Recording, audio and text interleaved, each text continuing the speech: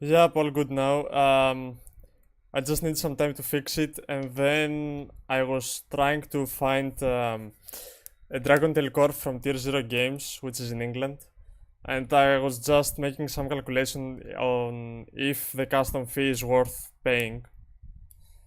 Um, does anyone in the chat know if Tier Zero Games is trustworthy?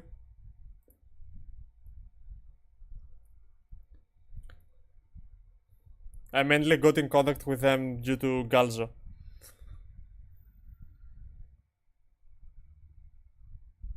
So these are the Canaan cards.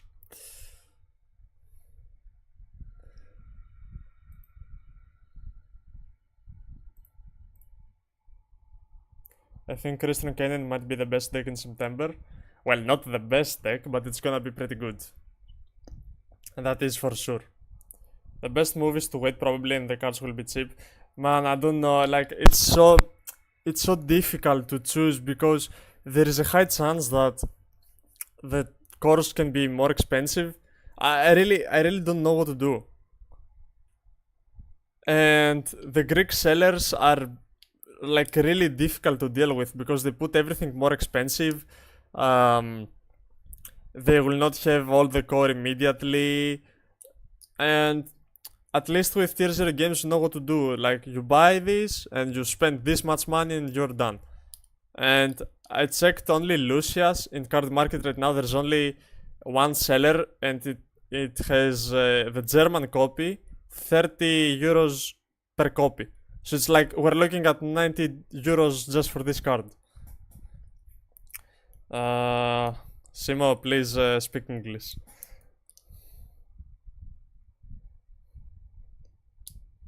The deck is not hyped right now. I think it will go down. Yes, that's my problem as well because the deck is not hyped. But I really don't know what to do.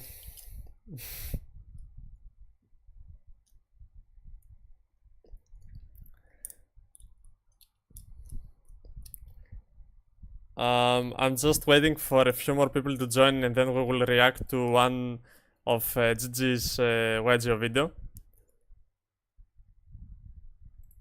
Because I found it that it was really, really interesting. And I want to discuss it. Vanquishal best deck or Yami? Dragon Tail. Deal with it.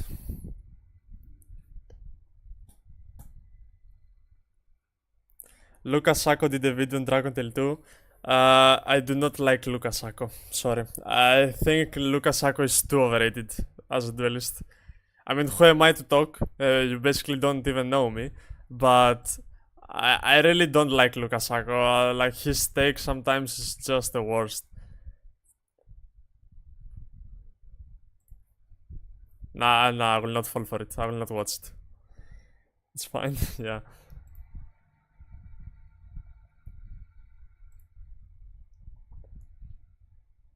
Beef. No. He has beef with the homeless people. I don't need to do beef with Lucas Sacco.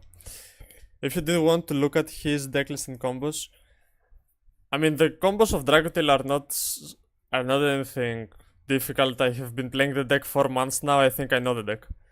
So Edison lists. Man, what's your problem, bro? Just go and judge an event. Oh my god, go play your Goblin Bikers. You want to see Edison list in my stream.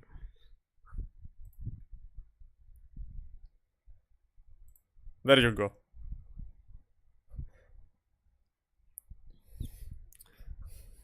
This is Pick Yu-Gi-Oh. Ify, you are gonna be responsible for Mule's name. Is it Mule or Mululu? The Lulu is the Solulu for Mululu. Ify, you are responsible. It's up to you what we call Mule from now on. Goblins. Goblin these nuts.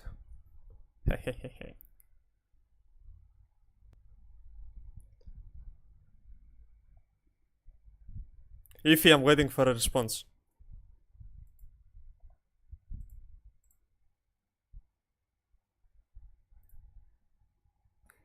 Have a great stream. You are number one in my heart. Aww.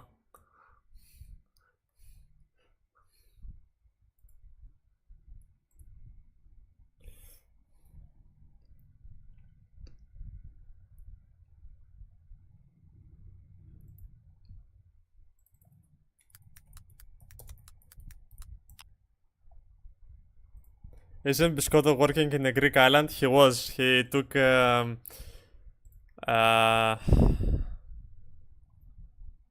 don't know how it's called in English. Piradia, like he took basically whatever it's called to go and play in Euros. He called in sick. Let me in. Not right now, bro. Just tell me what we call mule from now on.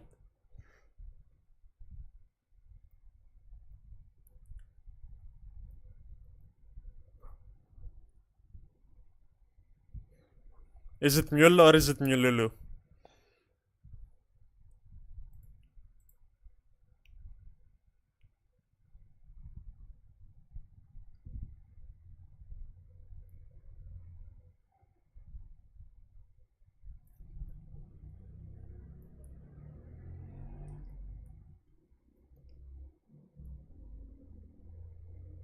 I'm still waiting, Ify.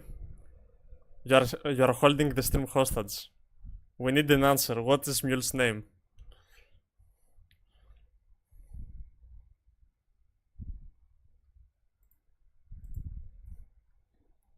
Mule forever? Right. I agree. I need someone in the stream tell me if the audio of the video is fine. How's it going, YouTube? Coming to you today with another video, and today, guys, what to bring to you is going to be something that I find is the best Greek judge on chat. Simo, they're looking for you. Actually, Dakota, where are you? I spoke too soon. Simo, you can leave. Audio is fine? Alright. I mean, I meant the video audio, right? Not mine.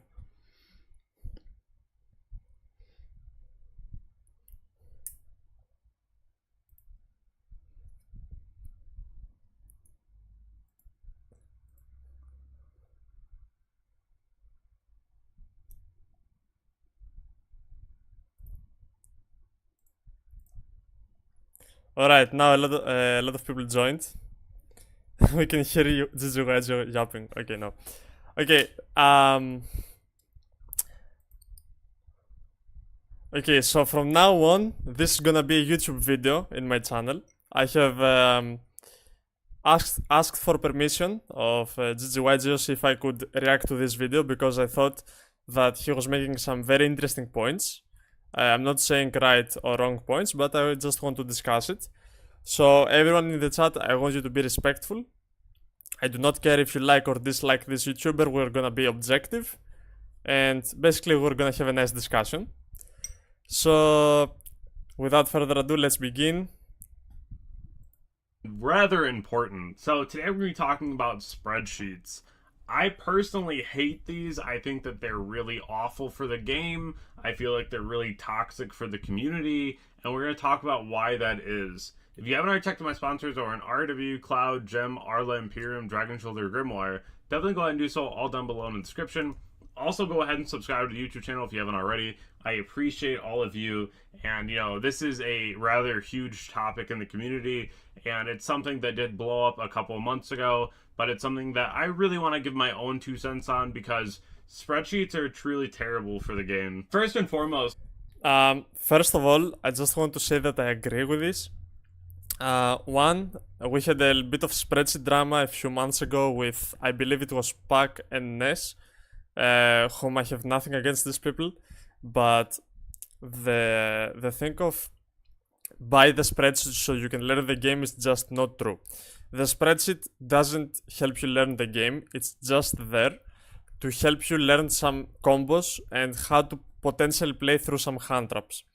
I also sell a spreadsheet which does not only have combos, but it also has matchup knowledge and key stuff there.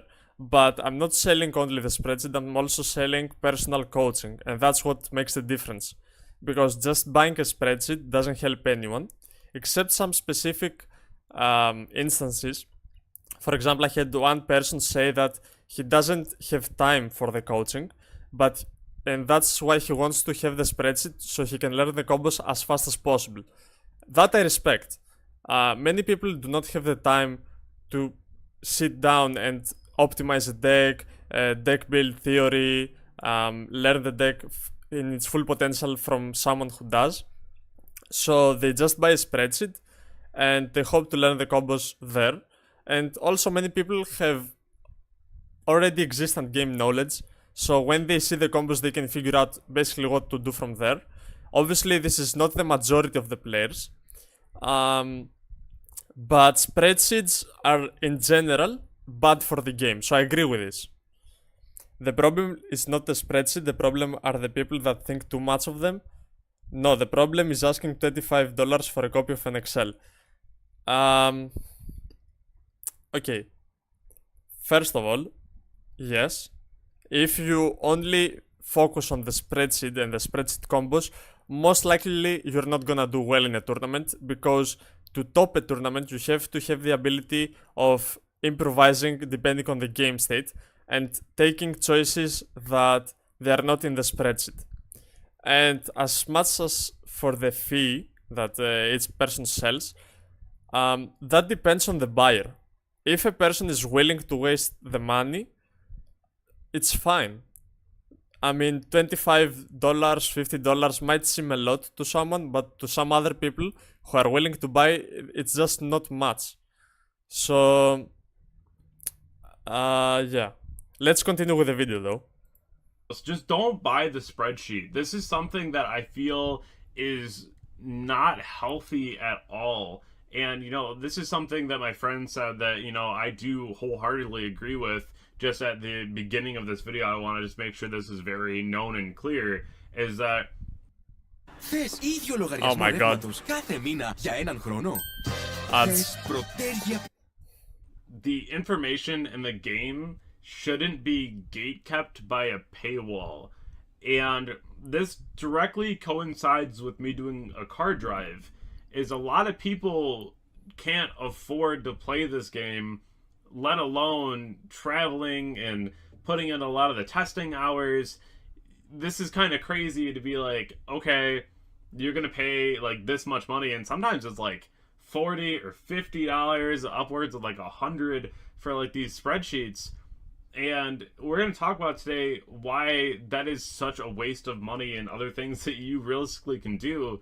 And don't get me wrong, like, if you feel like this is going to be the way to really up your game, then sure, go ahead. But I feel like these are so negative for the game, just because, like, as a content creator, right?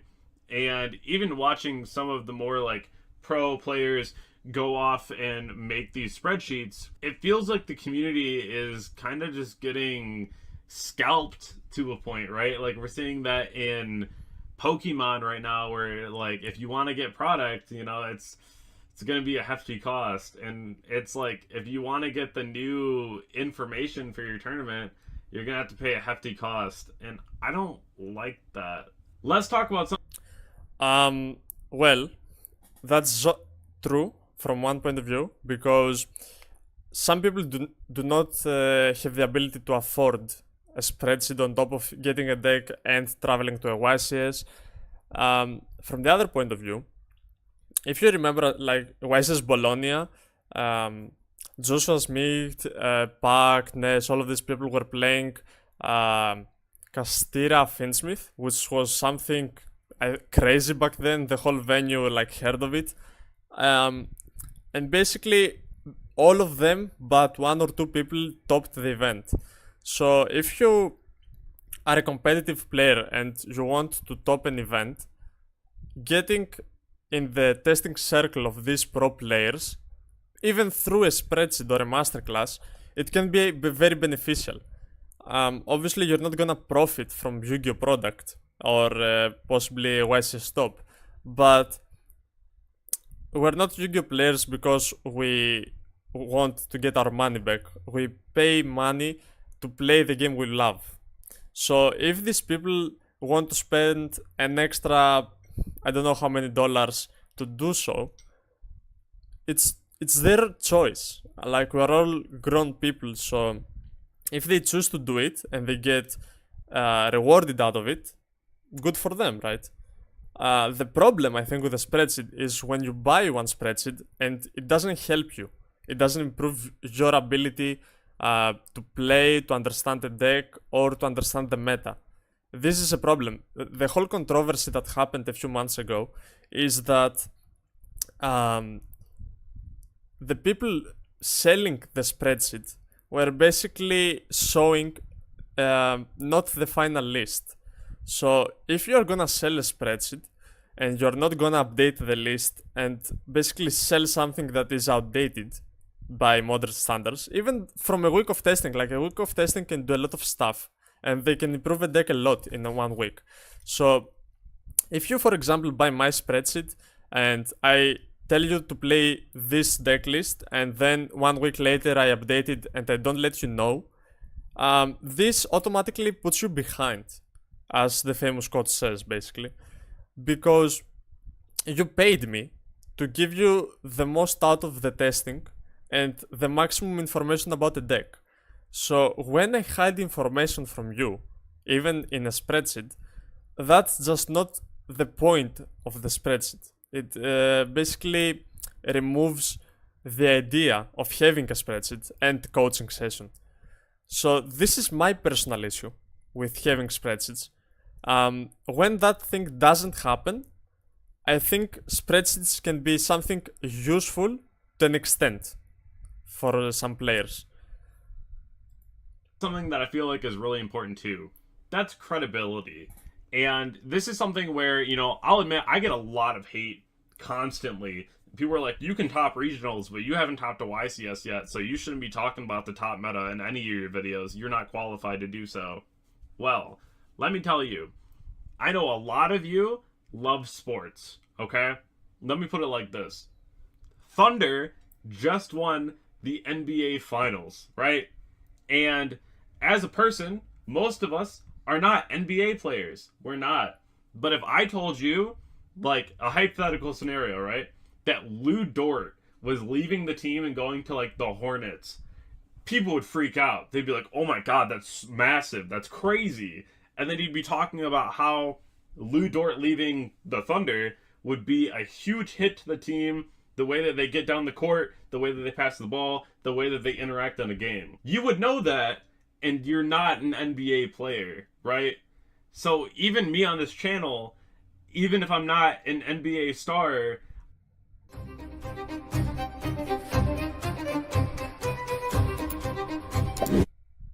I study and study and study and just hammer hours of Yu-Gi-Oh!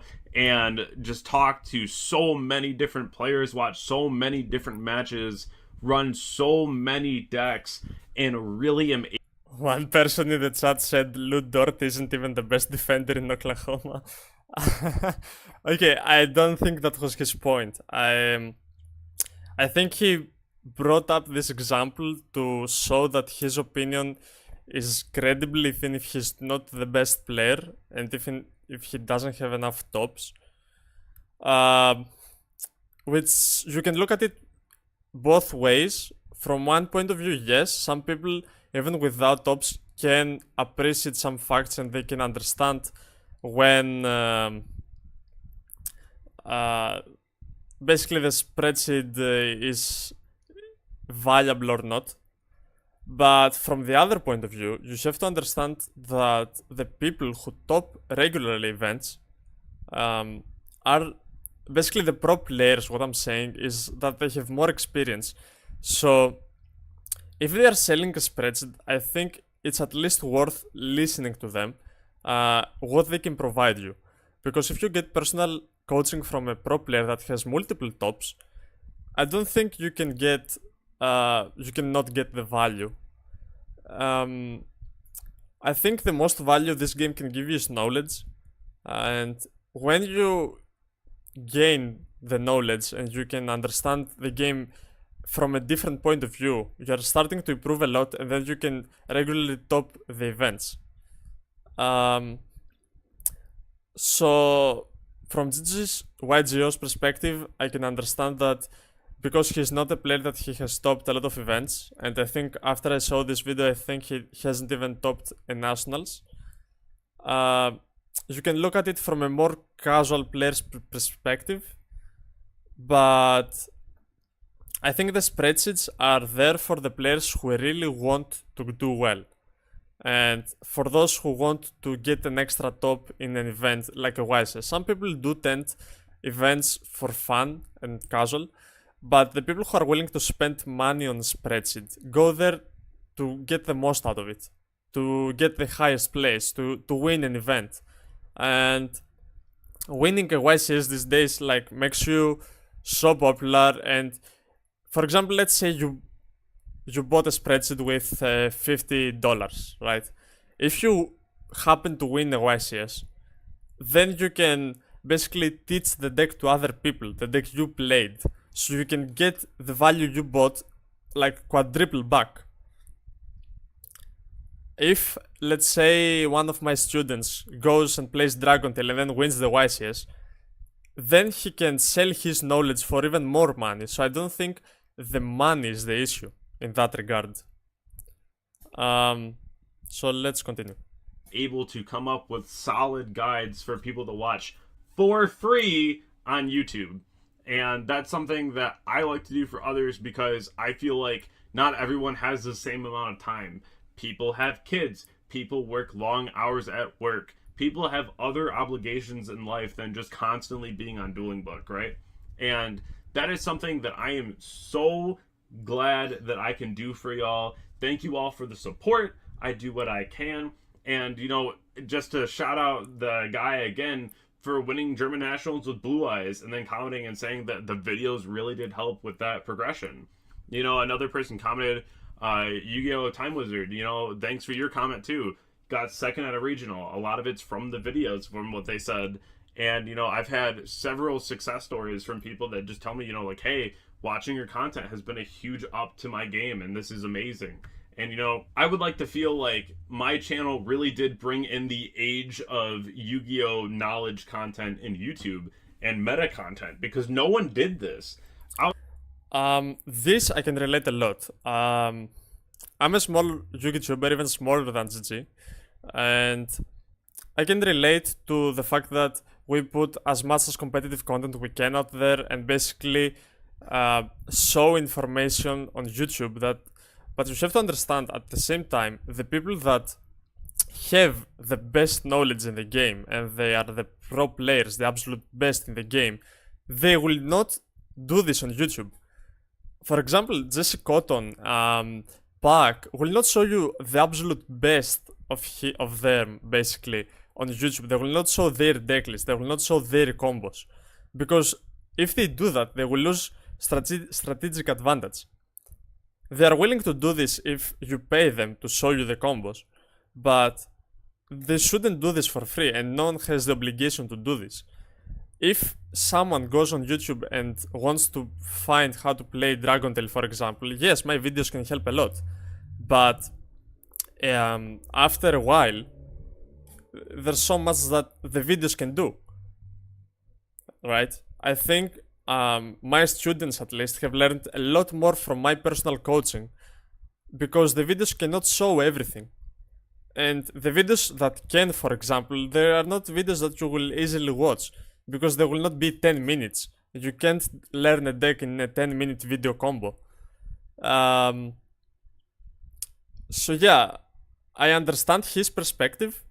I understand that he puts as much competitive content out there, but at the same time, the best players in the game do not. And the best players are the ones that have the most knowledge about the game. So if you want to get the most out of it, it is pretty reasonable to go and basically buy their coaching. I'm not saying that you shouldn't watch the competitive content GGYGOs make, or I make, or some other YouTubers that maybe some of you don't even know, because they can have some hidden gems. But at the same time, they do not have the absolute best idea of the format. And neither do I, neither do them. And that's the reason, I mean, most people don't come at us. Outside of like MST doing like damage reports and different like tier lists, there's not a whole lot of people that were actually talking about like the tech cards, the things that you should know, the ways that you should play, the things that are important when you go to events, the different rulings that can come up in matches and how they interact, the meta end boards, the where to hand traps. No one did these, right? And then I felt like it was important enough to really put the time in to make these videos. So it angers me when I see paywalls coming up and people are just juicing the community for them. And I think that that's just like ill-intended. I don't think that that's something that is healthy and should be gate kept, right? I think that having info out and making this game an even slate is the most important thing possible. I think that if you have a hierarchy of information and that's it, like YouTube used to be the spot. Like the YouTube comment section was the only place that you could go to talk to other players about different ideas and texts. Now, these ads, they make the video so bad right now. Every 2 minutes there's an ad. Thankfully, there are YouTube videos, and there's where to hand traps, there's meta end boards, there's tier lists, there's different things talking about what cards you should play in what decks, siding guides, deck building guides. These are the resources that you can use to help build your own decks and really set forth a better time in the game. And nobody likes to lose. It's going to happen in games. It really will. But, you know, the better you get off of all the information that you learn, this is going to be something that really does help you. Not buying the $80 spreadsheet, right? Well, I think he contradicted himself there because he said the most information you get, the better you become at Yu-Gi-Oh! Which is correct, right? This is what I'm saying the whole video right now. But the supposed goal of the spreadsheet is to give you that information. I don't know if they do. I haven't bought a spreadsheet from other YouTubers, but if they do that, this is the whole point. Because the spreadsheet are supposed, by default, to give you the most information a person can give you. So this is how you gain the maximum information in the least time possible. Also, I want to mention a previous example he brought from people that don't have time. These are actually the people that buy the spreadsheet because they do not have time to go and make a personal research on YouTube or other platforms to find the deck. This is why they buy the spreadsheet, because it acquires the least possible time available for them. I had a person come up to me and said, "Look, I do not have time for your coaching, but I really want the spreadsheet." And I said to him, "That's fine. I don't support it because you're not gonna get the maximum information just from a spreadsheet. But if that's what the people want, that is fine. That is their choice again." I am trying to find Dragon Tail list online to get inspiration. Everything looks so mid. Okay, let's stick to the video. For example, Yasin was selling a Christian spreadsheet and there was literally a free video with all the combos Yasin in the spreadsheet. He means that info should not be gatekept behind paywalls. Yes, that is true. But at the same time, if you look at his description, he has 1,000 links that basically get him a bit of money through either sponsorships or stuff like that. And if you really think about it, the money he gets is to put information. So basically he's not getting money via spreadsheet or a coaching, but he gets money from his viewers to put the information on YouTube. So that's basically the same thing. If someone does not have time to learn the deck, then they don't have time to play at higher tier events. No, actually, that is not true. Many people can go for a trip to a YCS just for the sake of it, right? you will be surprised that not all 2,000 people that attend the YCS go there to top. Some people just go there for fun. Some people go there because it's near to them. Some people go for the travel and the company and everything, right? Not all the people go to top. If they top, that's nice for them. But if you see, for example, vlogs of some very good YouTubers like Distant Coder, Crash Cards, all of these, I have seen their vlog videos. Yes, some people do want to do well, but even if they don't care about it that much. You don't only go to a YCS to top. You go there to have fun and play the game with a lot of people from different nationalities, which is something nice, in my opinion. Yeah, but those people don't need to buy Spreadsheet. Yes, but the people that do buy the Spreadsheet because they do not have time is the people that basically want to play a new deck as fast as possible and to learn a deck as fast as possible. That's what I'm saying. But it is indeed true that they don't buy a Spreadsheet. Unless specifically they want to learn the deck immediately and they don't have time to test. Sponsorships and gatekeeping info is not the same thing. Yes, people can go for fun, but at that point, why do they need the Spreadsheet? Just to play their deck optimally. Learning a deck how to play optimally, it's not the same as going for the most competitive place out there. In my opinion, at least. I could be wrong. I'm not saying that I'm 100% right. I'm just expressing my objective opinion. And I also saw example that I have seen personally in YCS. I'm not saying that is correct or smart or anything, but I'm saying that I have seen such examples.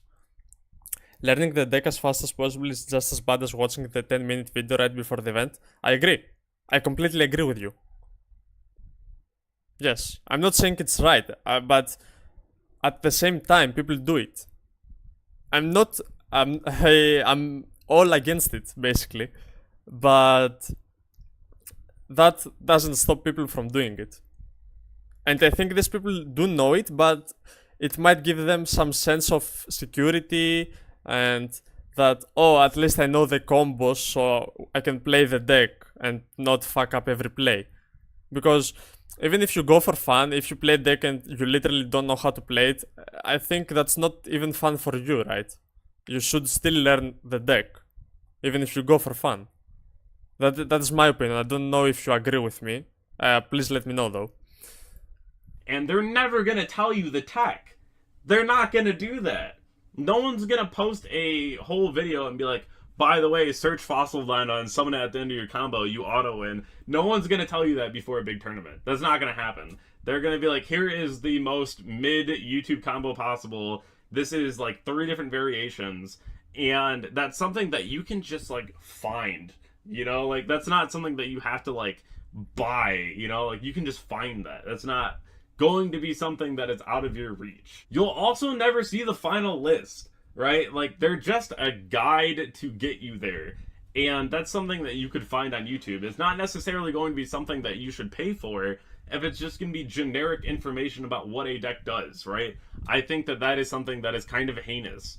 If you are going to be buying a final list, final text, and information that you think is going to be very well kept a secret because you think that it's going to be the edge for an event, maybe, I guess, but even then, you can't trust that you're going to see the actual final list. You're not going to see the actual tech cards that are ended up used.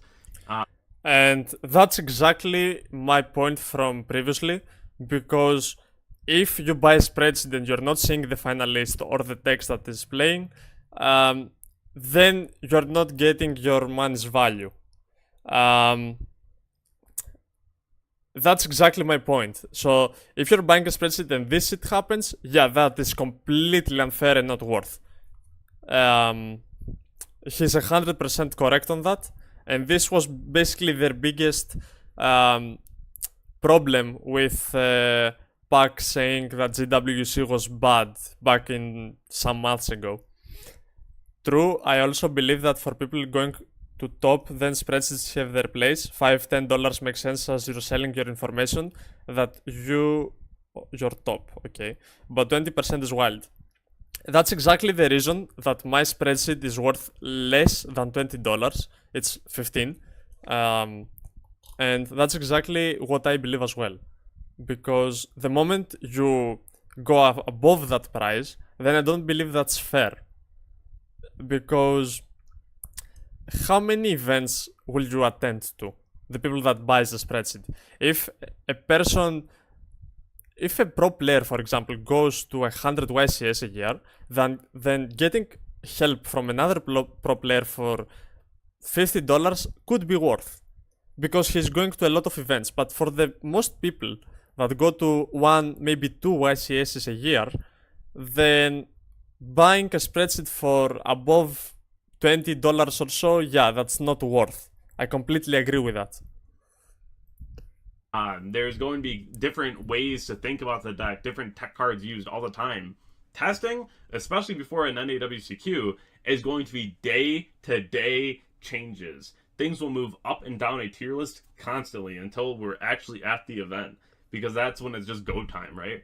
So yeah, that's exactly my point from previously as well. Basically what I said is, if you change your deck in a week of testing, then you should inform the people that bought your spreadsheet, because you are testing day and day, as Gigi Wedgios very correctly says.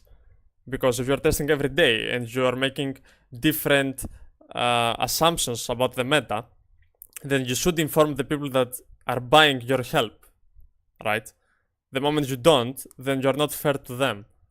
And that's why you should always update the spreadsheet. And that's what I do. I have put links of my decklist, so a person that goes to an event, he can watch the decklist one day before, and he can see the final result, basically from the testing. So that is a very good point. So right now, even Lunalight, people were like, oh, Lunalight's going to be a really scary deck. And now people are like, oh, it'll be okay. There's a lot of outs to that. There's so many outs to Liger Dancer, right? Like, there's a lot of things that do change. And even though it's going to be a deck that you want to respect, and it's going to be at the event, it's still not going to be the scariest, because you guys have free content on YouTube to go ahead and see how to out these things that are going to be problematic. My first competitive deck ever. Are your kids driving you bananas? What the fuck? Was Fire King Cosmo. This deck was enough to give you a headache. This was so hard to learn. You could have different combinations of ships and Cosmo Town and Fire King Island and just a whole array of cards that you could draw that you just had to know what to do with that specific set of cards. Yeah, I'm sorry about the ads. I don't have an ad blocker, but I will obviously cut them in the final video, but we have to deal with it. Because I don't know if he has put the ads or YouTube by default, but every 2 or 3 minutes there is an ad, and that's painfully awful. One of the best videos I've ever seen was blown away. It was by Top Tier Yu-Gi-Oh! I probably watched this video all the way through like 25 times. When I was trying to learn these combos and get them down back when this was a thing, I spent hours just watching and going through these combos because these were so hard. These videos are out there, and it's not from your top YouTubers. A lot of times it's going to be like your small time YouTuber trying to find their start, and they will post things like this constantly. And the content is out there. It might not be from the person that you want to watch because you're like used to watching only like the top 5 tubers, but it could be from like a small channel and they do great content. Usually you can find the best content, honestly, from like smaller channels. You really can. And I think that's something that is really overlooked. But things like this was extremely helpful. And guess how much money I spent to watch this? None. It was just out on YouTube. And these are things that you can find. And this wasn't even just... The only issue I have with this example is that this was back in 2016. And previously in the video he said that, oh, back in the day YouTube was like this, now it's not. Well, that is the exact example. Because back in the day, maybe you could find actual competitive and decent content from YouTube. But now the pro players that sell the information do not put this kind of stuff on YouTube. So this stuff is not, it's not the fact anymore. It's not the way to find the best information out there. I'm not saying that there aren't small YouTubers that put competitive content and decent content for a deck. That's what I am trying to do personally. I'm trying to put the best Dragon Tail list I can. But at the same time, you can't bring up an example of, 9 years earlier, because a lot of stuff has changed in 9 years and the information gets around a lot nowadays. Back in the day, YouTubing wasn't such a big deal, apart from some combos and deck lists, but now it's so much more, in my opinion, and I think Farfa also said this in the video. So yeah, I'm not saying that these YouTubers do not exist, but the game and the way information spreads also changed. I hope you agree with me, but this is not, in my opinion, a good example. This is what used to happen, but not anymore. Also, a side note, I don't think Fire King Cosmo was that big of a deal to learn. I think Island pop a ship, then bring the lowest level. That's not that's not such a big deal in my opinion. But I have not played back in the day. I started 1 year later than this, so I could be wrong. Just like all basic combos. This was like very complicated combos, right? And very well organized combos.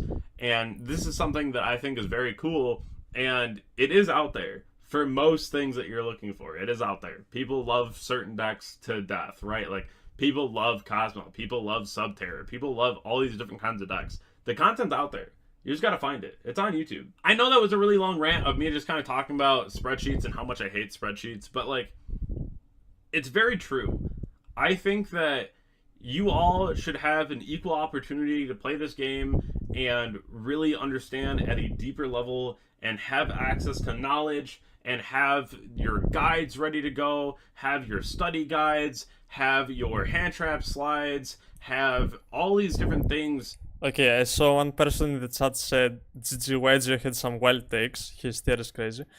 Look, I don't know exactly what he said, apart from this video and two more that I saw, but he didn't make that many wrong he didn't make that many wrong examples of his opinion in this video. I think most of his stuff that said was correct. Maybe he should express them a bit differently to cover the general population a bit more, because I think some people have a lot different opinions. But yeah, I don't know what you guys will think. Obviously, you will also let me know in the comments, because this is gonna be a video. And if for some reason GGYGeos comes across my video, I would also like to know your opinion, because this is what matters, and I'm reacting to your content basically. But yeah, the video has some decent points, but it also has some points that I personally do not agree with, based on my experience both with the game and with the players. But yeah, in general the video has good points, yes, I agree. His information sharing is on point, his meta reads need work. Well, the video is not gonna be about his meta knowledge. The video is gonna be about spreadsheet drama and stuff, because it's a very hot topic right now. So yeah, this is the video, guys. I hope you enjoy it. Please don't forget to like and subscribe, and we will continue with the stream. For you to so this is it. If you want, maybe we could return to his content a bit later, because I see a lot of controversy in the chat. But I want to do something else, basically. So I want to discuss an idea with you guys. I don't know how many of you are in the stream right now, but I want to discuss an idea that I had. And to me, it makes a lot of sense, because as you all know, now we're not getting a ban list. And because we're not getting a ban list with a new set coming, that means Paradise Master will be in the format for at least 2 months. Maybe 1.5. So for that reason, I would like to discuss an idea that I had on how to beat Paradise Master in a different way. Because Kanan right now has a lot of ways to protect Paradise Master from not resolving. So instead of not allowing him to resolve the effect, maybe we could allow the player to resolve the effect, but at the same time not lose. So there are some techs out there that can help you do that. And I will explain how.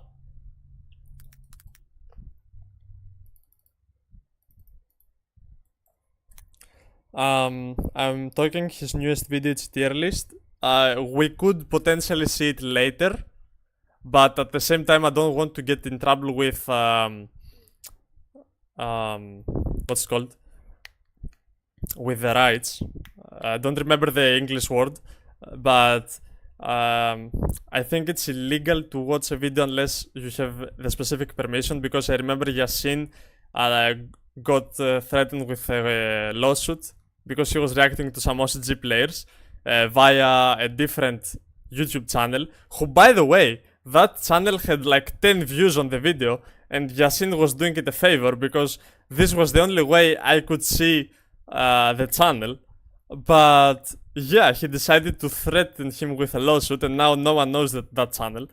And I'm pretty sure that Joshua Smith also reacted to some videos of that channel, but he didn't get in trouble.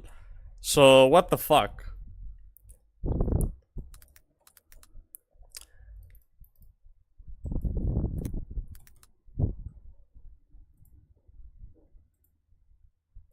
So I'm gonna show something unique.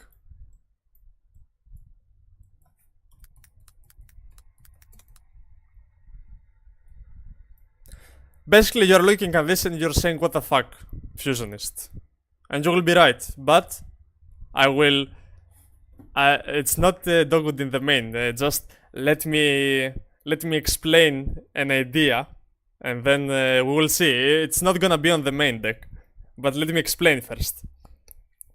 But this is only on YouTube. I think on Twitch half the people can't work like this, lol. I mean, yeah, how many times you have seen Farfa reacting to a YouTube video? He's not getting in trouble. But because I'm a small channel and I don't have any money, I'm barely like affording a Dragon Tail core right now. I don't want to get in that trouble. Plus, we can discuss videos in more private environment in my Discord. And this is a more legal thing to do. So, back on the Paradise Master thing. So Paradise Master basically is a shock master. It doesn't allow you to activate monster effects for a turn. Basically 2 turns, if you count your opponent's turn as well. So what if we allowed it to resolve and we couldn't build the deck specifically for that? Because in many cases, if you hand trap him, the Kanan player, he can set up Reaper plus Paradise Master with a Lupus under it. So that basically protects him from Nibiru and potentially permanence. So instead of trying to negate Paradise Master, we allowed it to resolve, but we played these 9 cards. Basically, if you resolve a Charmy and a Spooky Dogwood, what it does is that he has to give you at least 2 to 3 draws to activate Paradise Master. You gain a lot of life points as he does that. And even if he doesn't on a good endboard or not, you have enough life points to survive the next turn.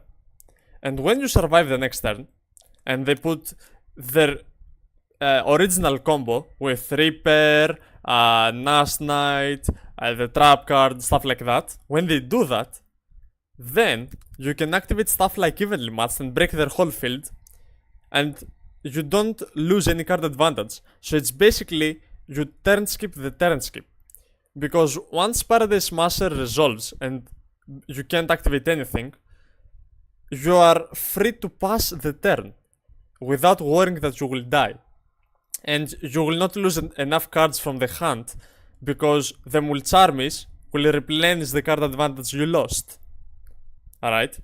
So basically what I'm saying is that we make Paradise turn to a normal Vanquish All field, which is much more breakable than an FTK. The things we do for Yu-Gi-Oh!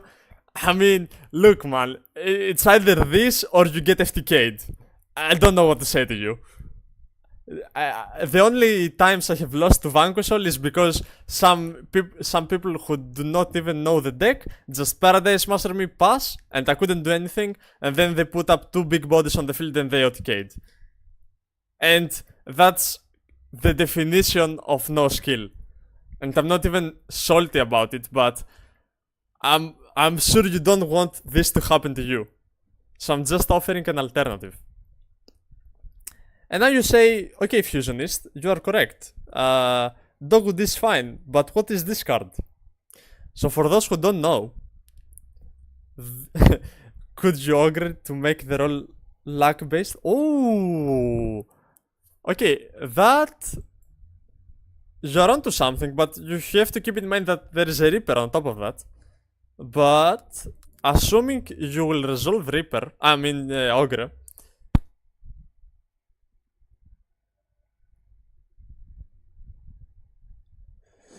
Okay, I don't know if that works. I'm pretty sure it does, but technically the... Okay, no. Yeah, you are correct. It resolves as it should, and it makes it only luck based. But you still have 50%. Yeah, it works, yeah. But I'm saying per a dice, but I'm saying it quickly, so it's paradise. Like paradise. You see, I know it sounds like paradise, but I'm not saying paradise. You think of the Finsmith trap, yeah. Yeah, it works. We established that it works, but at the same time, you are making the FTK 50% to resolve, and you're still not playing around a potential Reaper on top of the Paradise. So it still doesn't feel good to me. I know that it is much better than what we had before, but at the same time, you still have 50% to lose, and with my luck, that's equal to 100. Well, basically, maybe not, because I always low roll. So maybe Paradise is specifically for me. But instead of doing that, what I'm suggesting is a way that almost every time will work. Because this, you can just shotgun them before they Reaper. So you're not playing into the Reaper. And basically you get an extra turn and you break their field on turn 4. This is my suggestion, especially on going second lists. Stuff like Gem Knights, going second Dragon Tail, all these lists will not work in this format. Because if you are my opponent and you send me first and I'm a Ken and Vanquish All player, the first thing I am gonna do is activate Paradise, just to be safe. And you can count on that. So instead of trying to board break with board breakers or hand trap the Paradise, which most likely will not even work, what I'm suggesting is an alternative. And this was happening a lot 1 year ago in the European Championship, so these hand traps were the pinnacle of you can't win. And if you combo, you lose. If you don't combo, you still lose. Because it's like, if they don't combo, you can treat them as regular hand traps who did their job on stopping the opponent comboing. So it's not even that bad. It's not... It could not be a Dogwood. It might as well be named as Blossom, because your opponent is not gonna be extending. And if they do extend, then it did its job. So you're not dying to the FTK. And this trap, basically, if it's gonna be played, you can send Paradise and Reaper, which are two rank 5s, to exist into Ultimate Falcon, which is very difficult to out in Ken and Vanquish All. So these are my suggestions to beat Paradise Smasher. I would really like to know your opinion as well, because I thought of this yesterday and it kinda makes sense to me, because if you are planning on opening 2 hand traps, maybe potentially 3 to beat the canine, instead of being Droll and Lockbird in Permanent Nibiru, why not these? And with all the advantage you draw, the opponent either doesn't combo, or he combos, and then you get your board breakers and break their field on turn 4. And then you still win. Does not make sense? I think it does. I don't think I'm coping right now. I think it does make sense. But yeah, please let me know of your opinion. I might be on some copium, I don't know. But it feels exciting to me that there is an alternative way to beat FTK combo. The only scoop and go next, I mean, yeah. You can either do that. The problem is you go turn 4. Yes, but you live until turn 4. If you play the regular hand traps, there is a high chance that you don't live turn 4. This is my my problem, because if you have regular hand traps, there are a lot of hands that can actually play around them, and even if they do resolve and they activate Paradise, there is no way you live through the turn 3. It depends on how afraid you are of Paradise. This card is my the only reason I have lost any Justice Hunters game. Fuck that card. Yeah, I agree. I swear, if I find every Justice Hunters replay and I find the games that I actually lost, I have lost 2 games due to Paradise and 1 game due to a double Liger.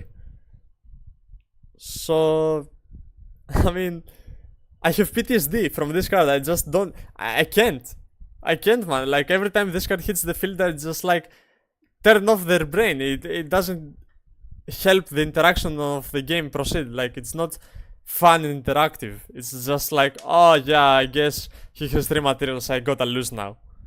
Or unless you're a gambler and you win the 4%. Because, I mean, the 6%, whatever it's. I mean, yeah. How do you feel about it? Try it and test it and it works, run it. Yeah, but keep in mind that I think this idea only works on going second decks, because you have to play 6 mulch armies in the main to do that, and the dogwood should either be on the side deck or in the main deck. So I don't know how viable it is. It makes sense to me if you're playing a going second deck, like Gem Knights, like Sadol, Dragon Tail, but I don't know how good it will be, I mean, right now.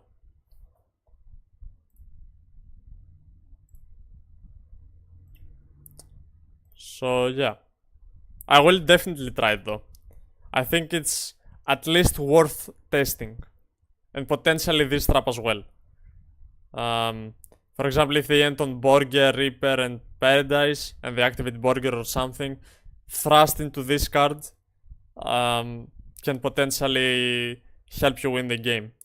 Don't like too much the dogwood on main. Dogwood should probably be on the side deck. Okay, it confuses you that I have this. I just put the monsters together. Don't be confused. It's supposed to be a side deck card for specifically Vanquishal. What's your answer if you're not running dogwood? Pray. That's my answer. You pray. Every time I play against Vanquishal, I hope he goes for the normal endboard, because I am 100% certain that I can beat their endboard, and I have done it so many times. But once this fucking card hits the board, I cannot do anything. And the times that this card has hit the board is the games that I don't have hand traps. Like, this is insane. Like, I can't even play around that. So yeah, I'm very frustrated from this card. It's very frustrating.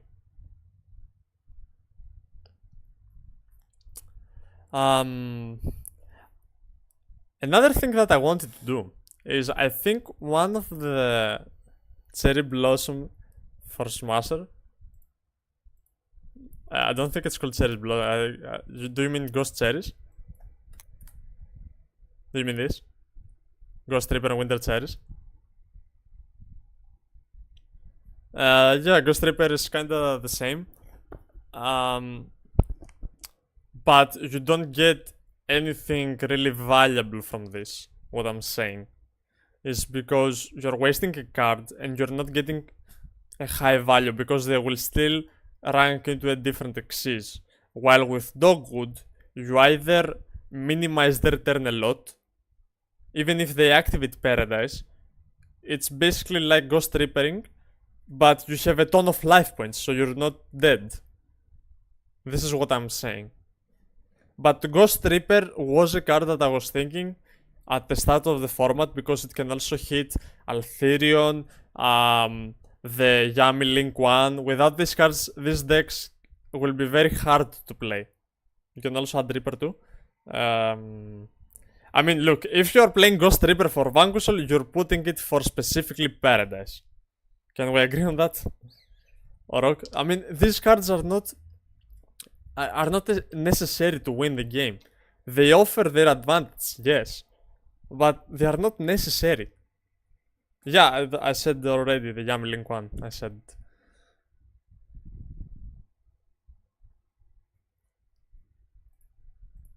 Who would like to test the new Dragon Tail support?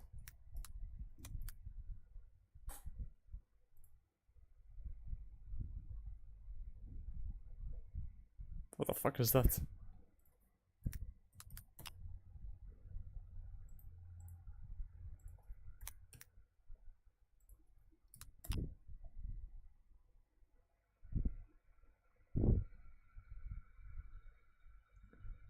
I need to find the new card. There it is. What the fuck is this artwork? Okay.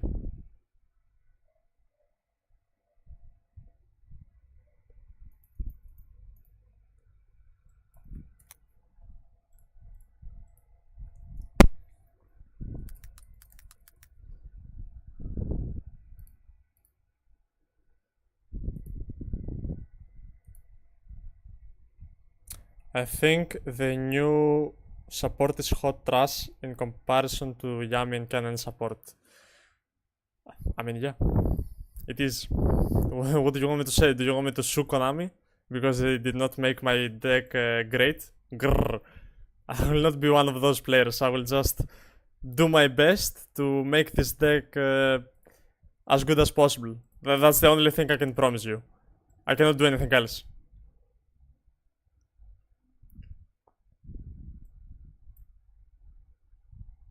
Canon support is bannable, to be honest. I mean, please sue, lol.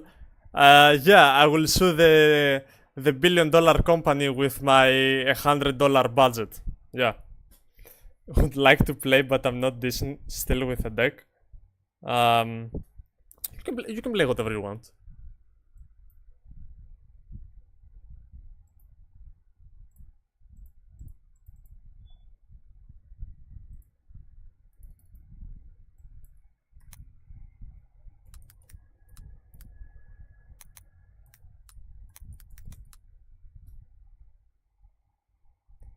You have a strong case.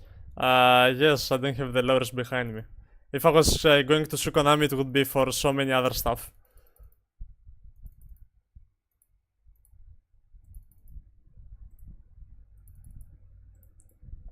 Plus, I would like to win the Bologna YCS this winter, so I don't want to get banned from the game, just yet at least.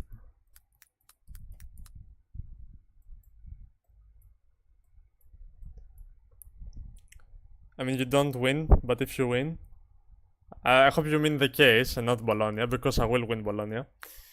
You're a legend. I mean, I would like to be a legend for something else. What do you think of Pana 2? No, it's the only monster that I cannot even argue about being a 2. Will you be doing more Primate Dragontail builds? And do you think Primate Dragontail is still very good right now? Okay, two things. One, yes, I would like to do some Dragontail Primate because I want to test Magician Souls in the deck. Second of all, Primate Dragontail is gonna be crazy if Yami is in the meta. And when I mean in the meta, I mean the best deck. Right now, I'm building for Vanquishal. My lists are for Vanquishal. But the moment Yami tends to be the best deck, the focus will switch on Primate. But they confirmed Bologna this year? No, but I mean, it should happen. It happened last year as well. It happened 2 years ago. So I'm hoping they will do again. And if it's not Bologna, I hope Milan or any Italian YCS.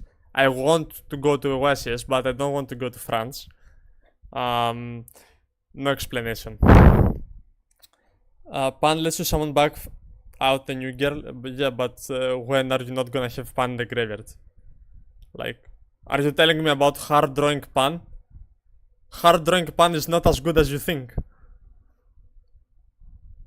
If you're gonna summon the new girl, who by the way has a Greek name, it's based on a Greek. Was it philosopher or something? Doctor? I don't remember. It's gonna be with Sacramentum. Are you close to Italy? I'm in Greece. I'm the closest there is to Italy. And I really like the country. Like, I love Italy so much. I have worked there for 2 months. I went to Bologna last year. I just love Italy, man. Like, it's such a nice country. The people, well, the people in northern Italy are kinda weird sometimes. But some of them are very friendly. Where was I?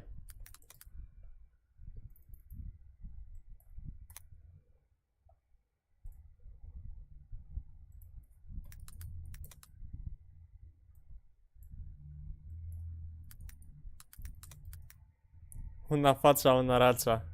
I mean, that's what they said to me when I was working there.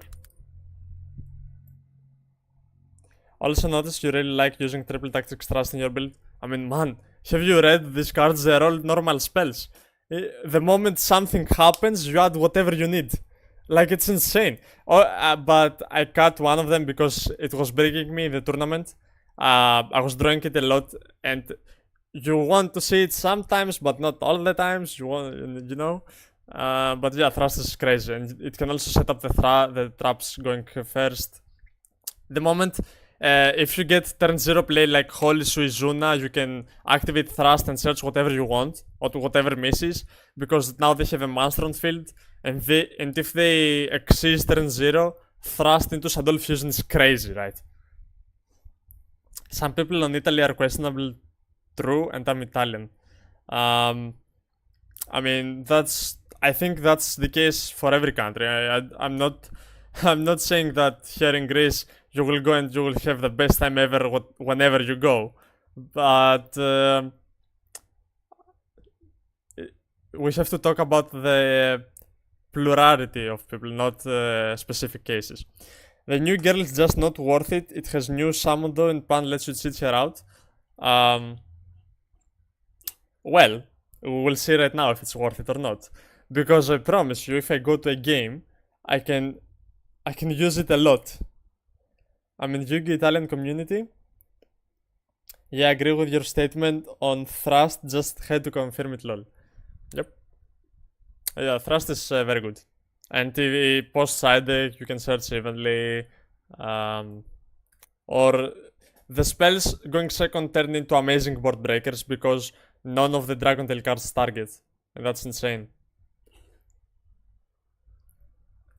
Oh, actually I forgot to put the Dragontail trap cards.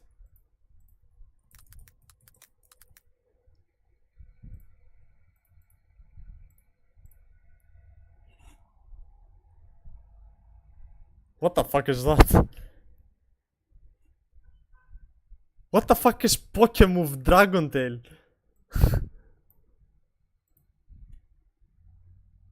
Did they really not make in DB yet?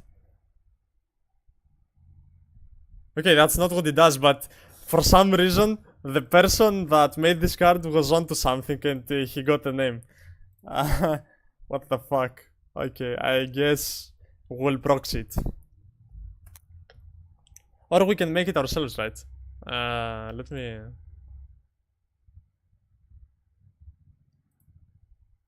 Let me do it.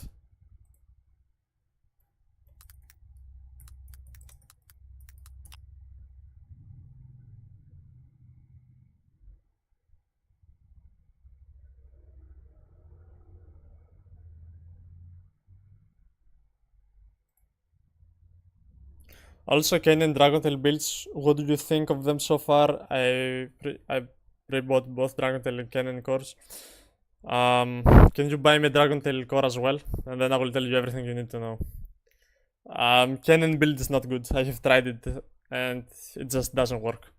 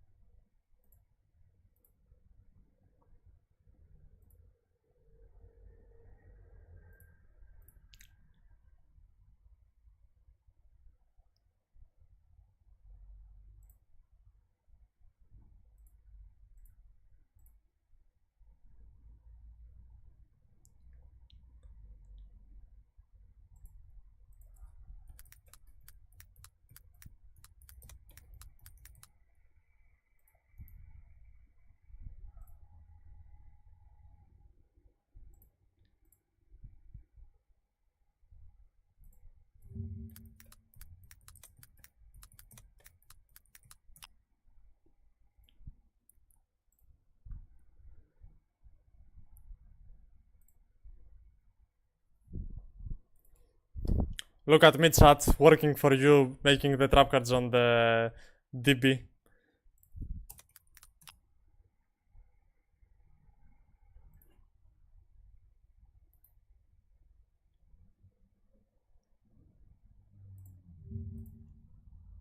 Kinda easy to do the card on DB, didn't know it. The more you know. How do we do this now? Do like this.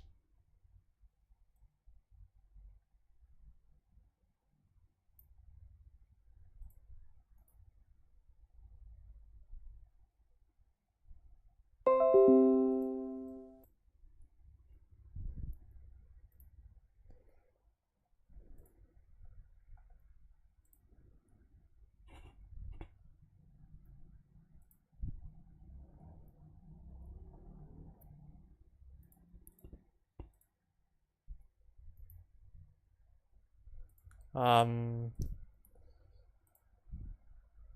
how do we do this now?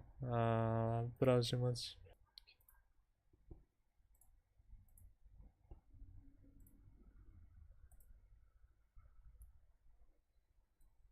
What the fuck?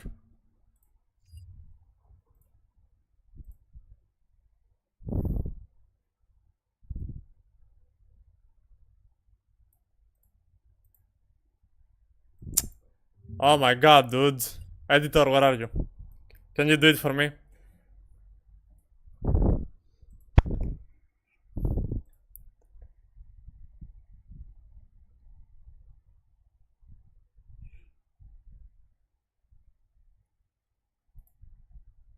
Wait, I need to...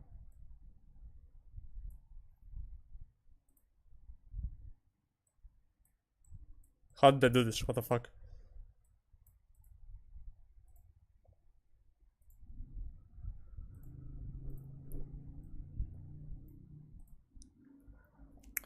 That's how it's going to be printed. Well, let me adjust it a bit. I just need to figure out what are um, the dimensions of this card.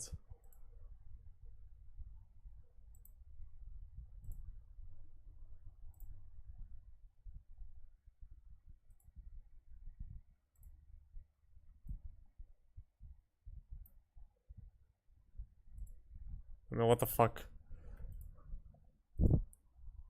Well, I will do this another way.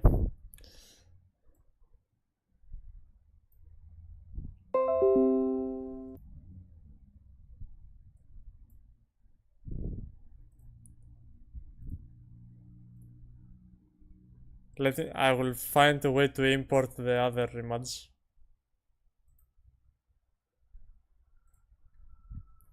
We are professionals here. Yeah. For real.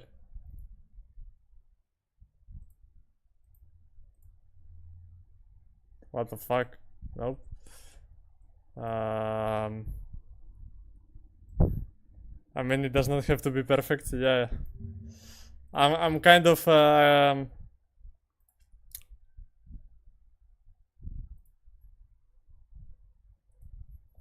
whatever. Fuck it. Yeah.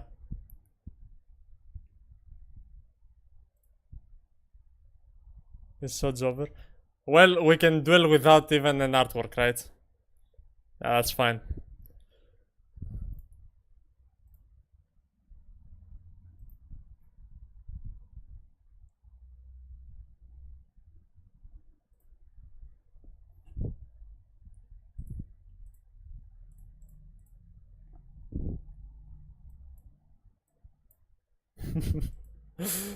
What the fuck is that? Whatever. Okay, this is on side deck. This could be on the main deck, depending on the meta, but I don't think it will. Let's go evenly.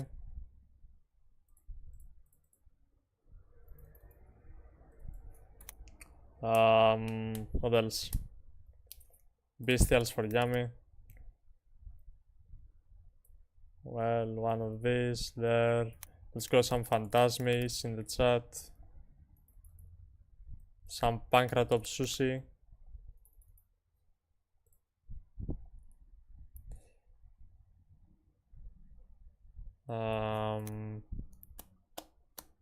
One card.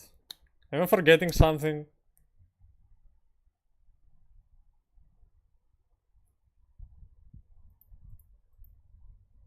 I don't know if I am. We could be playing Super Polish in this just for Yamis, but I think we have a lot of Yami hate. Oh yeah, the barrier.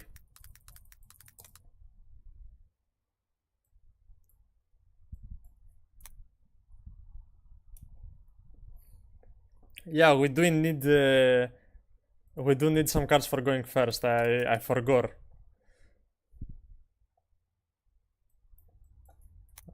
We can do like mistaken or draw. I mean, mistaken's fine. We put out Pankratops. It's fine. Nibiru is also good going first.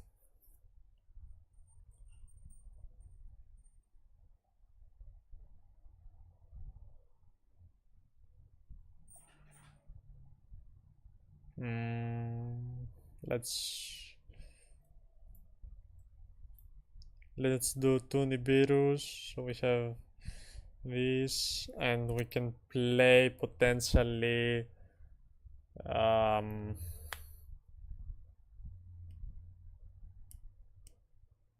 we can play third thrust for going first. What do you think we should play?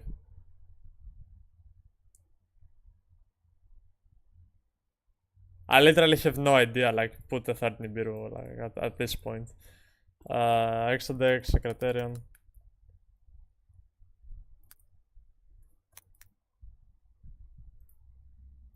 Mysterion. Spheres.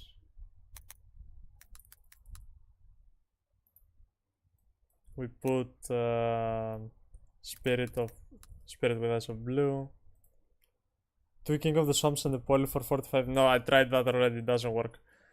Trust me, I tried it.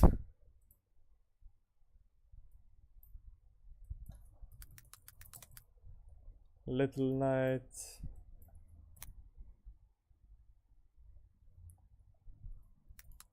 Typhoon could be an option. Um,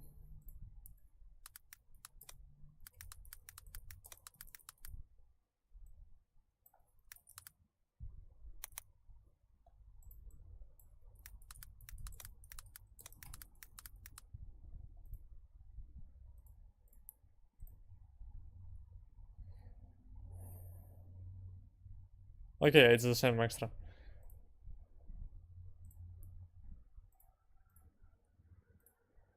Oh, I forgot. Kaiju. We have to play some kaijus.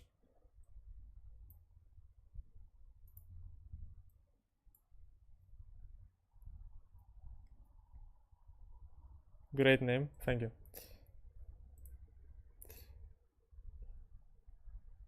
There's a combo to out both Lagers and the Baguska with kaijus.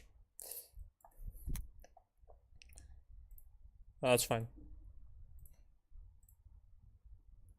Fusion King. Chat. Dual Fusion King. We have to, right? You can. Fuck. Fuck.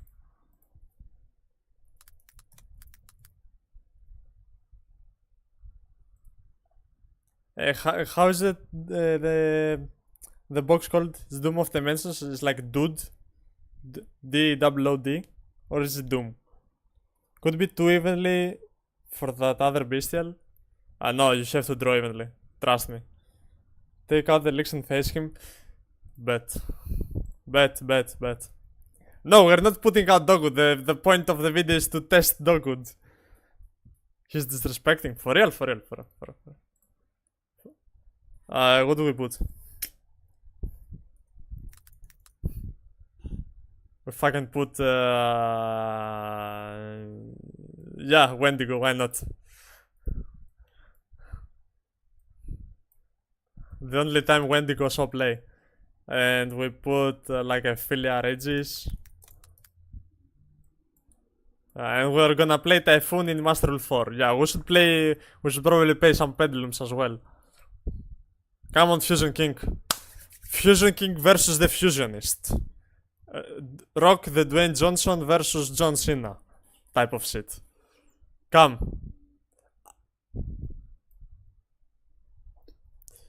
I guess we know who won.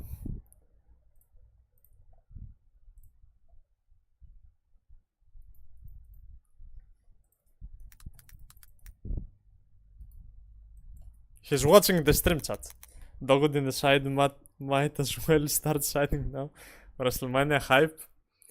Yeah, your boy knows a thing or two.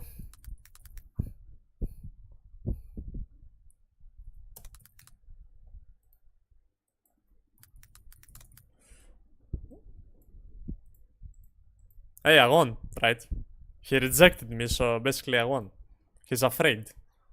And he should be. D me anime manga decks. Why do I follow this shit? None of these guys are good in the game, especially this guy.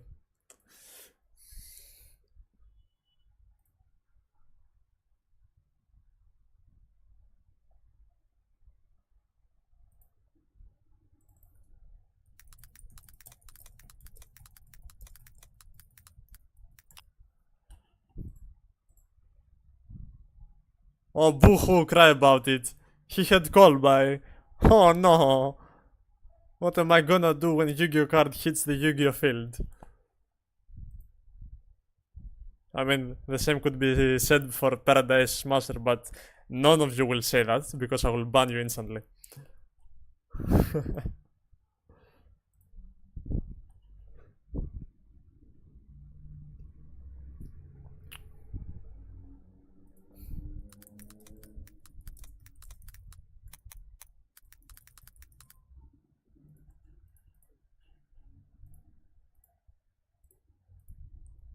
Rematch the Toxic Yummy player, that was amazing last time, lol.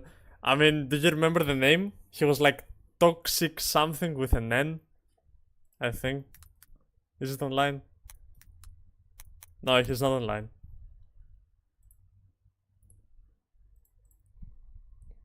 all of you, like, they say, a lot of people have come and said to me, have you faced him again on something like this? And I'm like, bro, I don't know the guy. Let me find him real quick.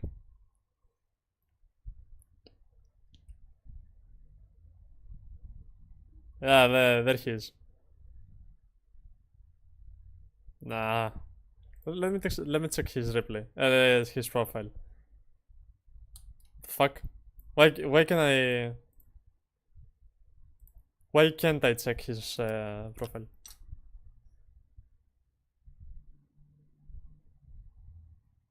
He probably doesn't allow comments. Well, he's not frozen, so that's something.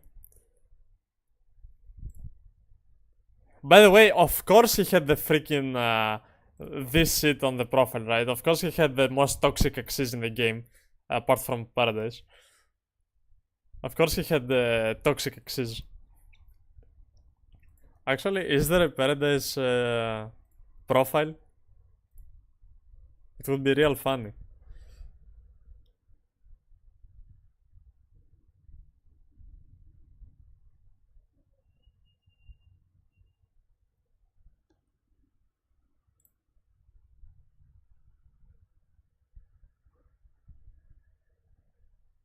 Where is that exes? Haven't I unlocked it yet? Is that the reason?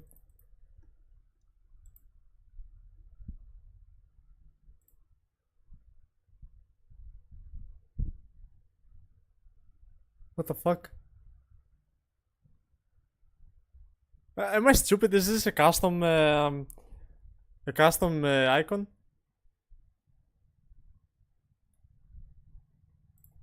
Well, I spent too much time on this. No art yet? Bet. Me neither.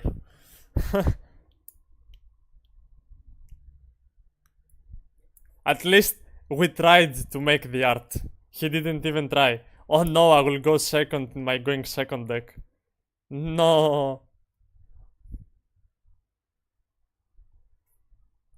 There we go. And this will draw Fimena, surely.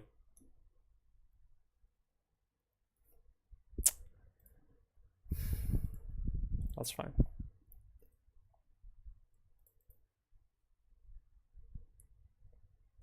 Please don't play Kanan. Like I will immediately. I don't. Please don't play Kanan with the new cards. It's gonna be super toxic.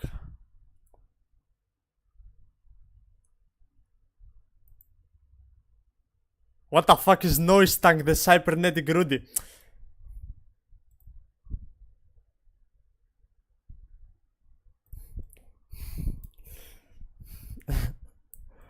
I guess I guess cybernetic Rudy got the best out of me. What can I say? What the fuck was that? Is that the real card? Or he was just actual custom cards? Hey, I didn't complain about Colby.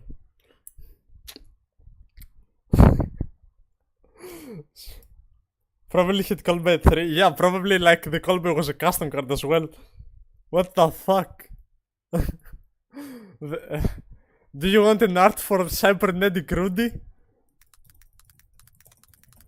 What the fuck?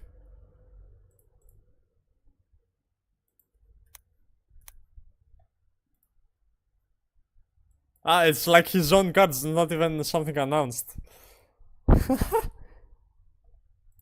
And he was like, he was testing custom cards, but he wasn't writing custom. He was writing testing cards, no art yet. Do you need an art for? Oh my god. This is the issue. Like, I want to make so many videos of new cards, like the Chimera, for example, but I can't. Like, I can't find people to play in custom. Like, I can't. I want to make a video about this deck. I don't have enough replays to make a video, and I don't want to put the time to make one card combos because they will probably be wrong. there is probably better ways to play my one card combos, but I just like improvise every hand. Custom effects for my custom effect. Bro, like I saw one look at his card and he had 5 paragraphs in there. He couldn't even fit the words. I couldn't even see them. It was like the tiny letters on a contract. Like what the fuck was Cybernetic Rudy? Masked Jew. What a wonderful name.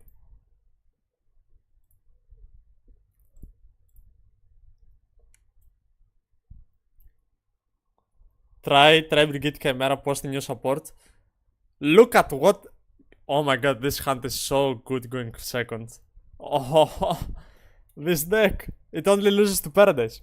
And potentially Herald, but we did not talk about that. Try Brigade Chimera. Well, I could try Brigade Fire King. Testing. Yeah, Ify, hop on. Yeah, let's go. Yeah, Ify, come. Fusion King. Fusionist.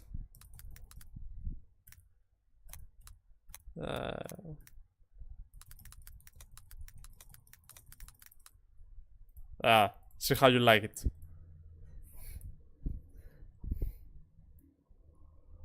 Okay, come, Ify, let's play.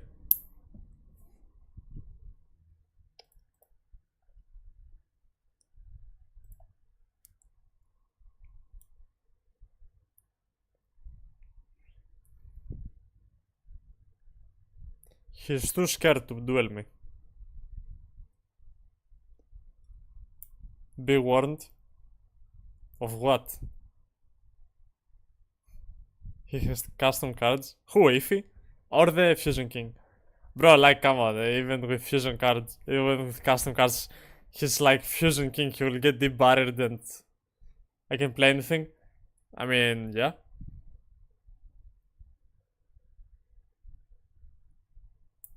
Why not?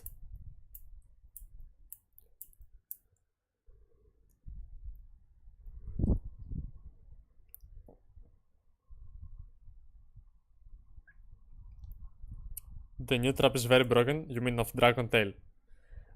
It is very good, but because Kanan is such a strong deck right now, it's just not as effective as the compulsory. They are that is. Well, the trap card is double DD Crow, so it's kinda crazy. The art that is. Nick Anthe. Who the fuck is Nick Anthe? Nah, you're too good. 99 rating. You're too good.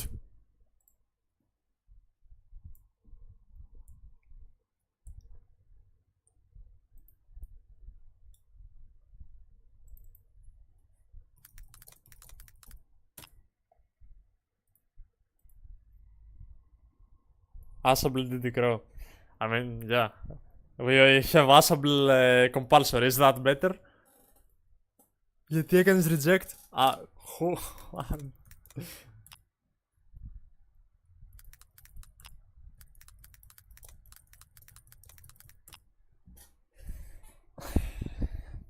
If you're not in the chat right now, you can't duel me.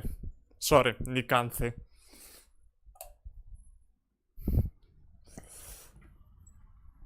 Dexter Everfa? Sure. Coming 2 minutes. That's what she said. Haha, Fusionist got jokes.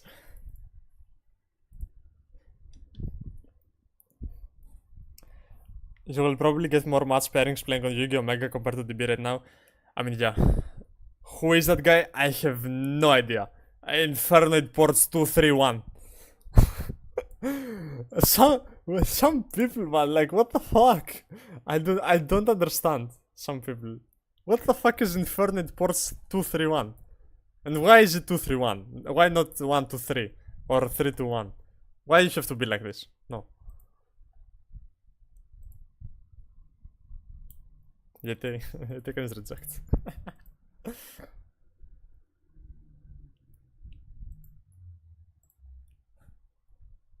I didn't even mean it in a bad way, the who are you. I just I just don't know if he's one of us. See what happens. Ah, stream sniper. See what happens. Is that you? Okay. Crazy hunt, by the way. This is a crazy hunt going second. Yeah. Go. I mean, stop watching the stream, dude.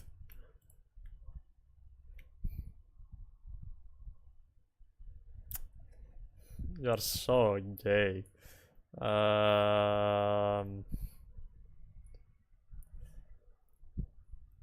Do I ask this or do I ask the field? Probably I ask the field spell, right? Because if he takes the trap now, I will feel stupid.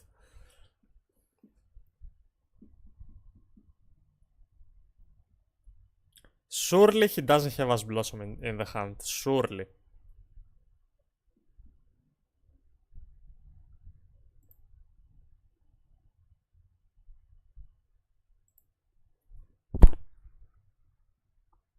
Oh? Pog? Okay. That's fine. Papa, Edgy, I'm coming with you in like 10 minutes. Right? This is where this is when we agreed as well. Edgy, do you have an issue if the coaching session is streamed? Well, you didn't want to give him the field. Yeah, but if he had it in hand, I would feel stupid, bro. Come on. Do you know how many times I have thought of asking this and they add the trap card? You're definitely supposed to ask Madlove, not field spell. Cool. What can I say? Cool. Field spell is 1-1. Yeah, field spell is 1-off. Still. Okay, you could be right, but we will never know, okay? Let me get something to eat. Yeah, whatever you want.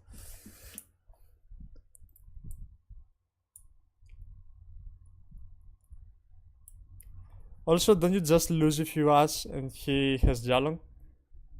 So what? I should not activate my hand traps? Okay. What the fuck?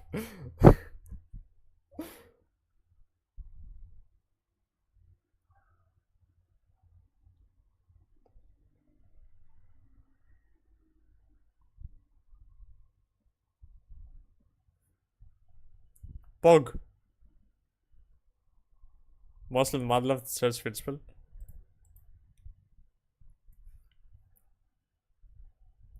Thankfully, I think now he can't activate Paradise because he got rid of his zone and stuff. Let's go for the dice, bro. Shut your bitch ass up, bro. No. I want to play a real game and test the deck.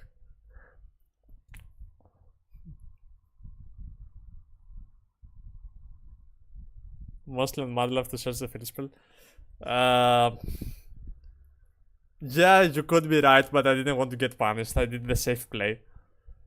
And now he has... Because he normal summoned, basically, in order to commit into a second name to get the field spell, it should be more summons from the deck. So Fuga would get more value this way. So in hindsight, it was not wrong casting that. I think I'd still did the correct choice. Unless he has Jokul into level 5 Vanquishal. But I still think I played it correctly. And now I know that he doesn't have Ash Blossom, so this will both resolve. That's okay. This is a trap card, by the way. What are the chances they have the trap card every time? You think, oh, they ended up with only one Vanquishal name, and then boom, trap card in the face. Does he play Droll? I mean, even if he does, this is better. We do a bit of thrusting. Oh, that resolves.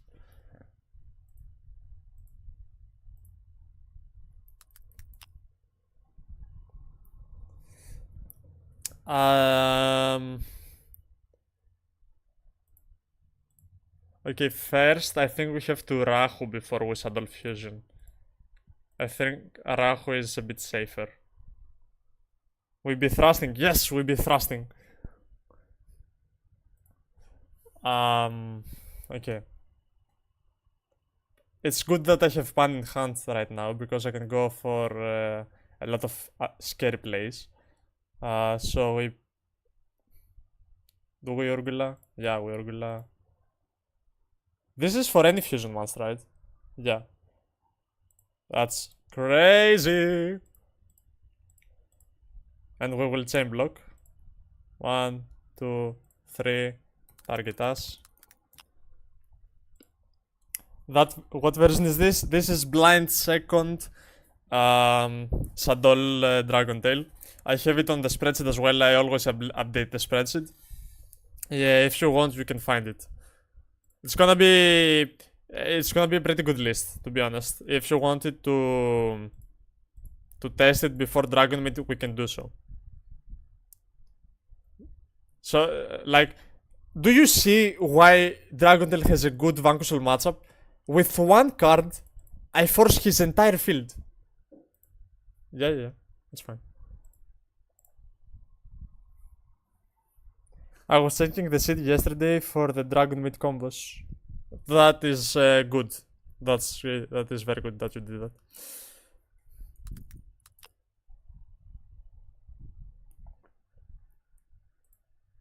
Okay. This dies.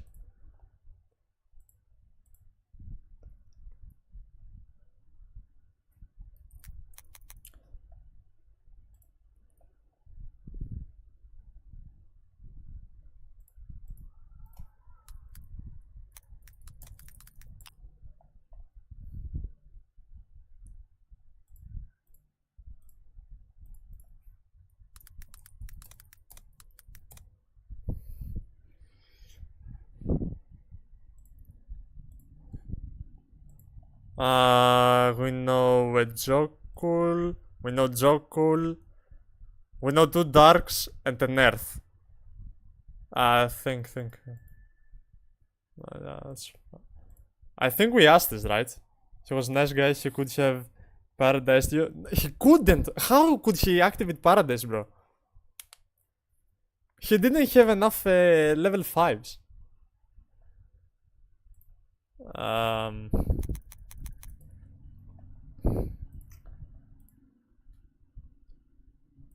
Do we ask this? Oh my god, I misplayed. I should have gone Saddle Fusion first. Now Saddle Fusion does nothing. Yeah, I will ask it. Resin should be banned. No.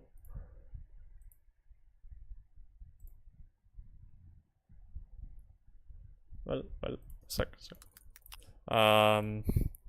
Maybe. Think. How do we do this? Ask that bitch. Okay, I know how to do this.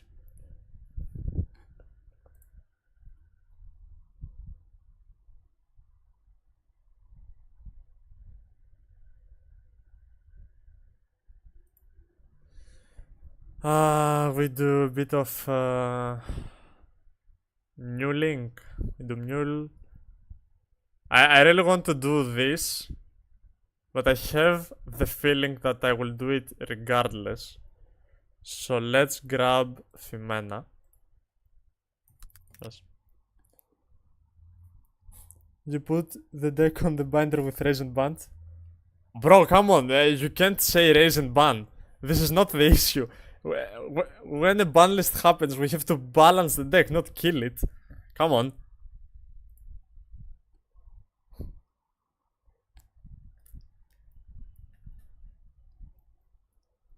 Mule. We're gonna get.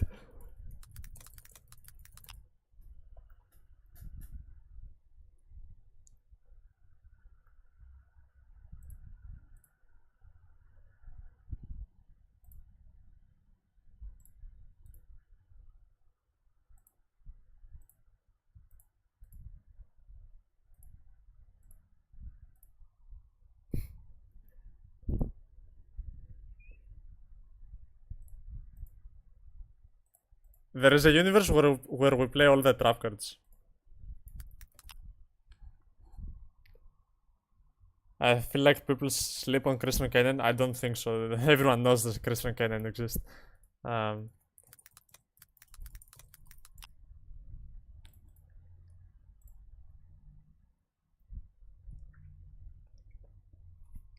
Yes, master fair card raising, not fair. Yeah, exactly. Good job, Edgy. Good job. You know what the problems are. You don't understand that even if this card gets banned, Paradise will still exist with Kanan. There surely will be another deck that can do unfair stuff. Now, look what he's gonna do. Look, I know exactly what's gonna happen. Yeah. Uh-huh.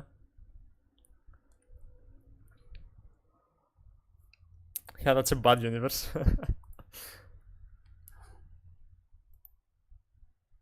Okay, so he doesn't have a fire or an earth in hand. So it might be Nibiru. Or a Mulcharmi. It could be also a Mulcharmi. But Nibiru, we don't care.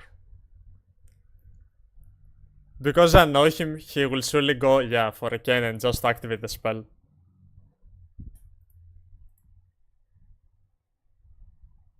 That's fine. Oops. Werewolf. Baby, I'm praying for you tonight. Yep. Why are you fixing the game, Brandon? Look how we play werewolf, by the way.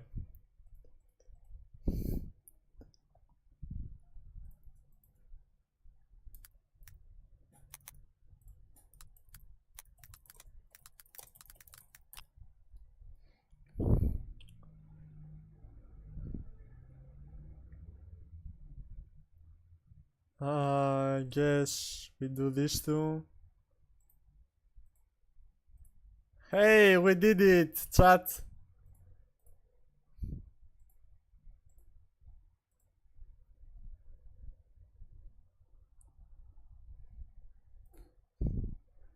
We used the new guy, yeah, the new girl, whatever. We sent Hedgehog, we draw a card. Effect of Hedgehog. What's it's the new announced Dragon Tail monster, basically.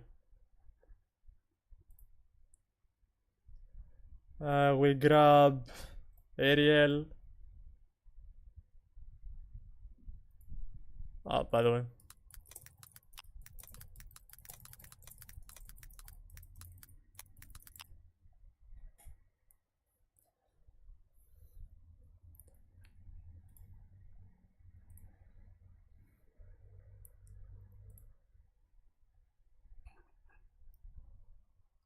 Not enough cards to set. Well, we will not be setting anymore.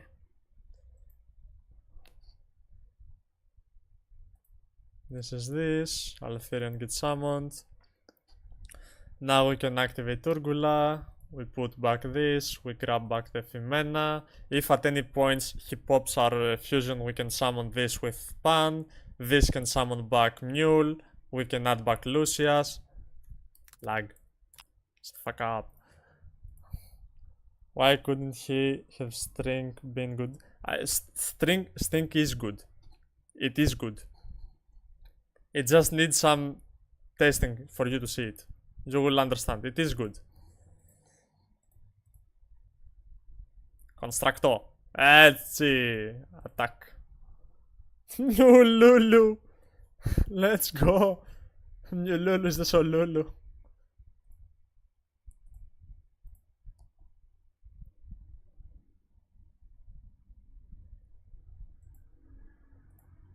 And we crash this. Oh, by the way, I should probably take 18, right? Yeah. I mean, we broke his board. We know cards in hand. He cannot use Madlove. He cannot use Jokul so far. So that's pretty good so far, I think. We have setup, we have follow up. Yeah, that's pretty damn good. I can also potentially use Femena right here to go for Upcalone. Oh, we can actually like Upcalone something. And we banish this. Actually, we banish the two Kennen cards and actually we banish like all the Kennen, right? And Raisin.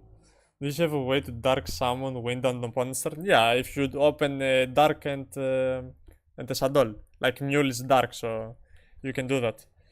I mean, how do we wanna do that? I feel like we want to keep construct, so we do a bit of this. And Ariel banish 3. And we have enough follow-up for next turn. Banish, banish, and we banish Raisin. I mean, look what he did, right? And we have 5 back Rosette with enough follow-up to beat his board even if he makes another one. He has 2 dead cards in the hand so far. One that we don't know, it could be a Mulcharmy. I mean, that's fair. And if he pops our monster, we can reborn this, then we can add back Femena. So he's attempting to try to summon. We know that he doesn't have enough good spells. So we put back a spell card, we draw a card. That's good. It's fine.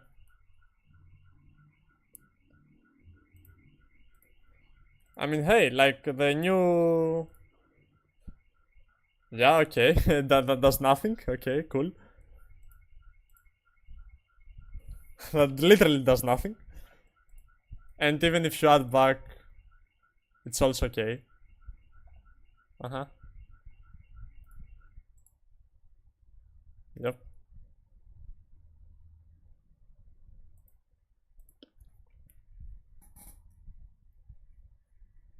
Yeah, Hollis is fine. I guess he has the Jokel, right? But Jokel doesn't do anything relevant.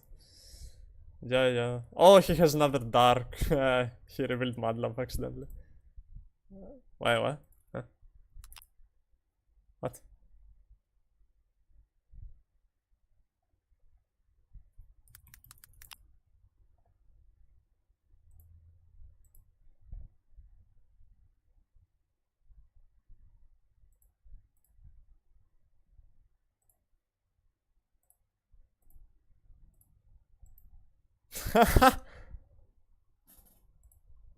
Optimal deck building.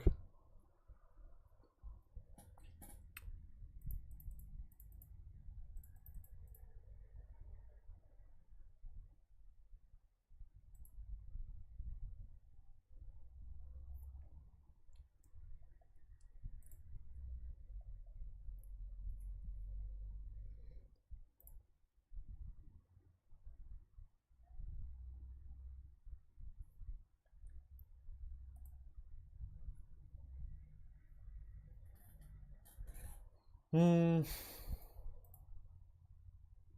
What do we wanna side? Dogwood? Yeah, you should be on the stream. I explained the reasoning. Come to Papa, little Dogwood. What the fuck, dude? What do we side out? This deck is all good cards. What the fuck do we side out? I guess one Thrust. Colba, it's fine. We don't need Nibiru, we don't. Yeah, we have Dogwoods, it's fine. I got a lot of money on you. Do you though? You could spend that money for a spreadsheet, you know? It's just saying.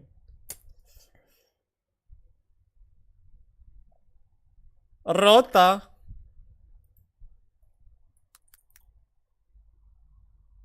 Oh, I'm gonna bet him, look.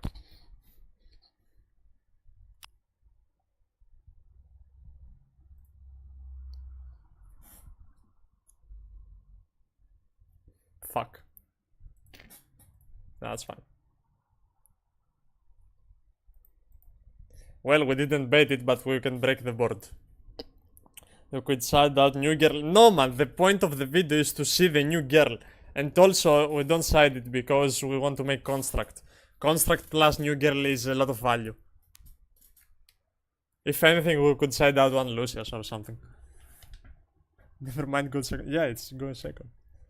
Exactly.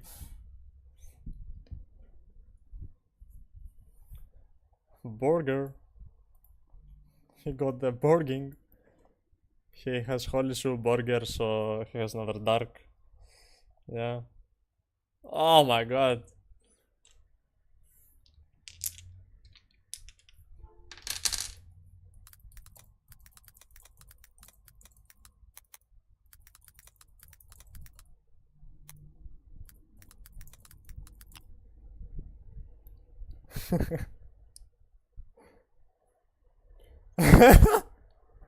No, it's not coming. Shut up.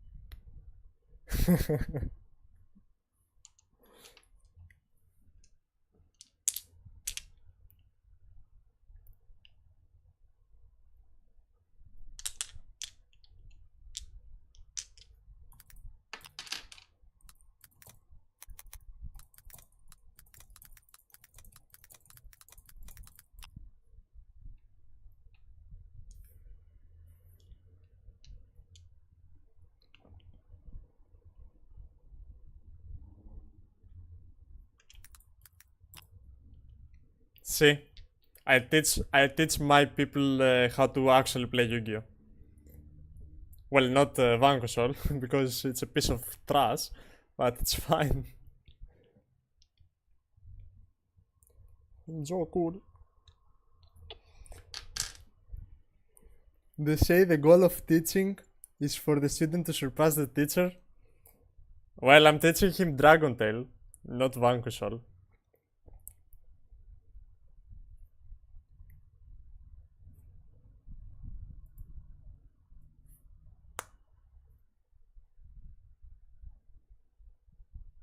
Plus, even if he made Paradise, we just learn what in this game? That Paradise is good? Yeah, obviously. I will allow him, I will even say to him go for Paradise if I draw Dogwood, just so I can prove my point.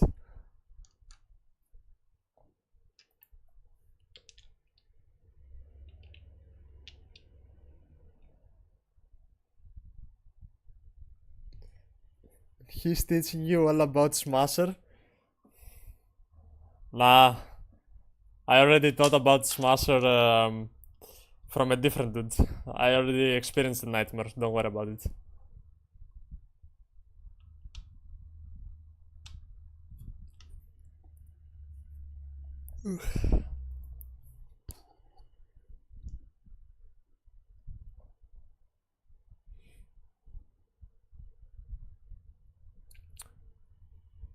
They call him the Smasher.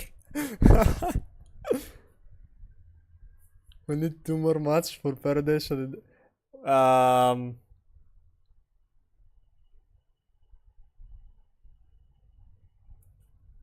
I will not comment on whatever you said.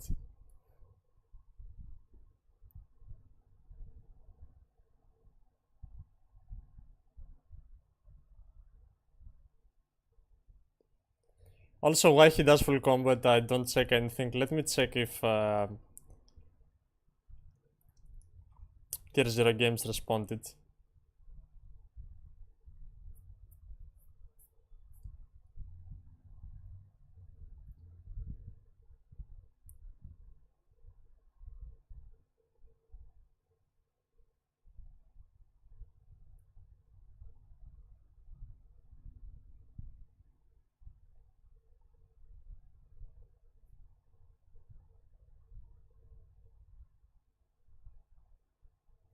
Sweetheart, why are they picking me in AI server? What is happening? Give me a TLDR. I just saw a lot of pings.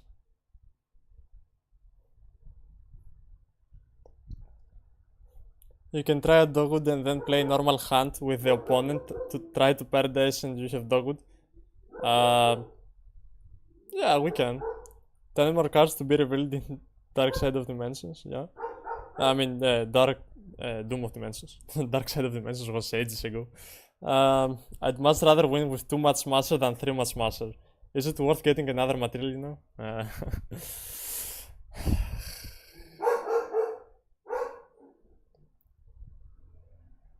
You upset my dog.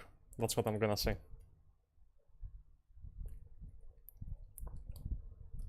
Sweetheart, let me know what. Who is a dog? Why is the dog barking? Nothing. He just smelled Paradise Smasher.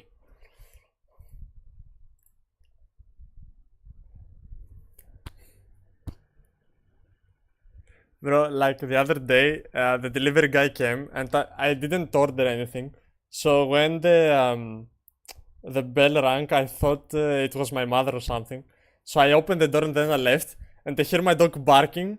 So I see the delivery guy standing in front of my dog, and I was like scared as hell because my dog only barks, it doesn't bite, but one wrong move could like be very bad. And I was like, oh shit, because I didn't order anything.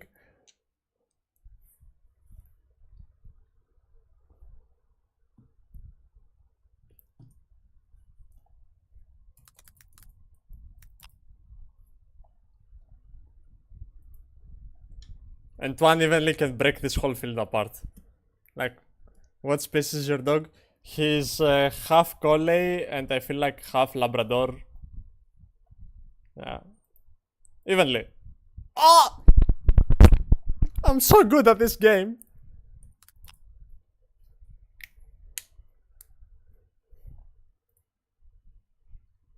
Should we activate Shadow Fusion first? See what happens? Potentially like bait a few interruptions? I think we should. Should we? The problem is like he can do some stuff even after evenly. And if I activate... Wait. No, I know what to do.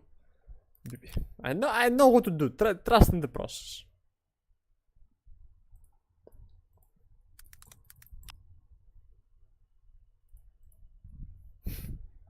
Off the top, baby. That's the weakness of Vanquishal. They don't have a spell trap negate. Unlike Dragon Maid. Yeah, say goodbye to your build. Your field, say goodbye, baby. Say goodbye. Yes. Banish that shit. Banish that shit.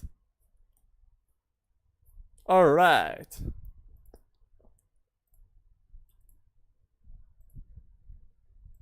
Now what?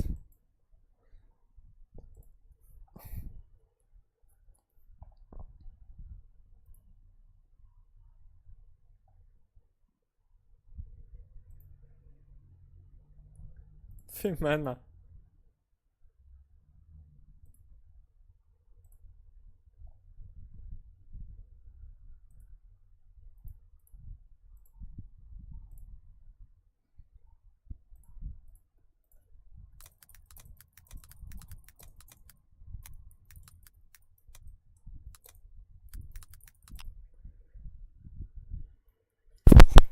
Or full combo and the combo they drew 2-3 cards like Malice. Yeah, but you kill their follow-up and even if they can extend on their turn after that, they do not have enough extra deck value to get.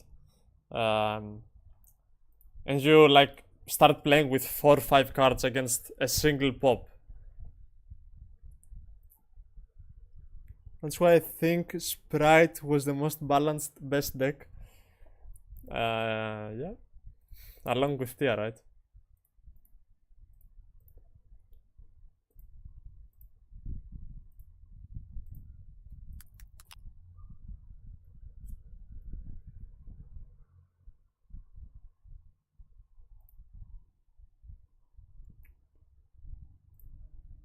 Wow.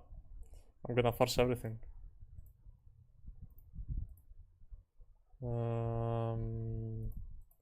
go this, Orgula 1, Fimana 2. He has to activate the trap card.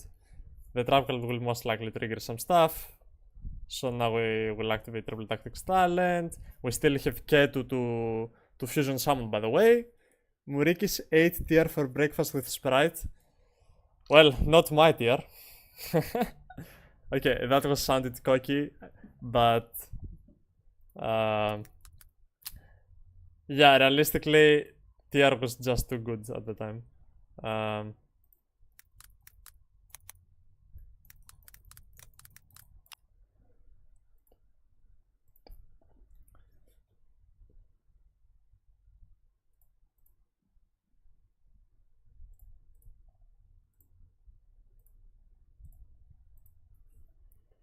He had 9 pistols. Okay, so did everyone else. That doesn't change the fact that tier was still the best deck.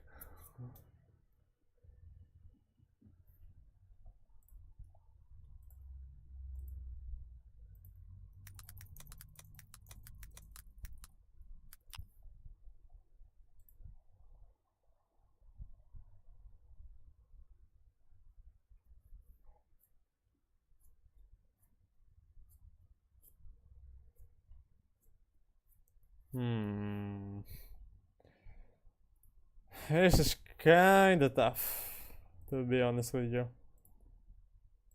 However, I can either talents look at hand, or I can talents draw and hope for the best, but I think look at hand is the correct choice here. Nice hand, yeah, thank you.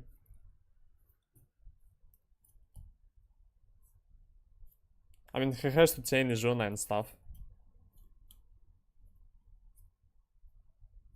And if he doesn't activate Lupus, then I can force it out pretty easily.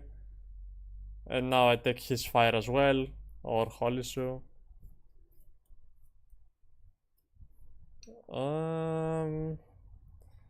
That has to be Holy Shoe, right? Yeah, I feel like it has to be Holy Shoe. Yeah, that seems to be the correct option. Yeah.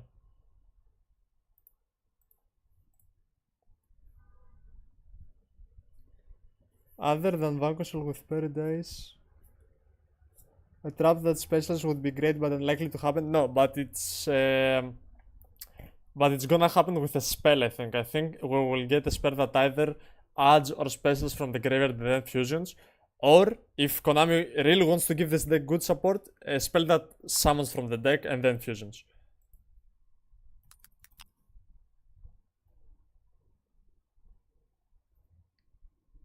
I mean, you know I have Cat, right?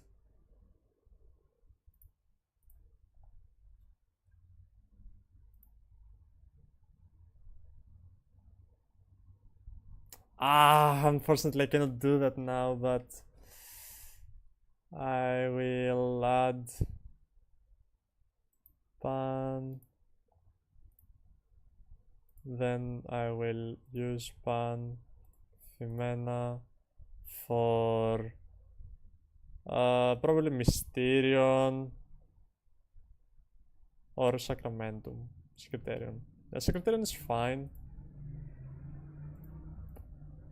Chainlink 1, Chainlink 2, and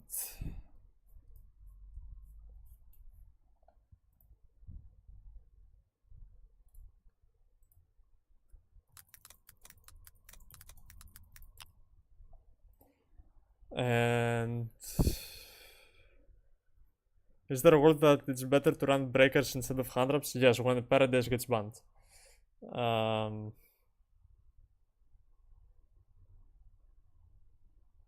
Yeah, summon this one only. Then set a spell. Pop Izuna.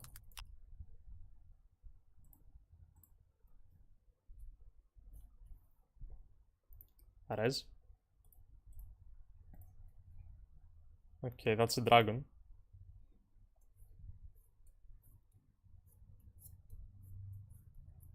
I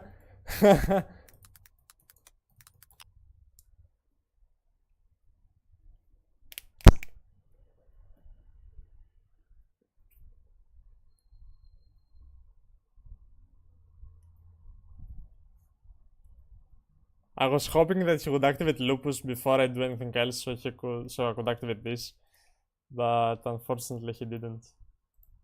It's okay. Burger, that's fine. You don't have a dark.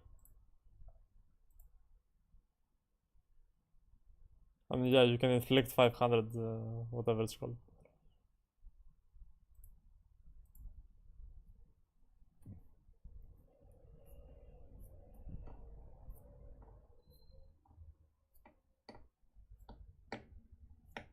Can he Lupus summon Typhoon?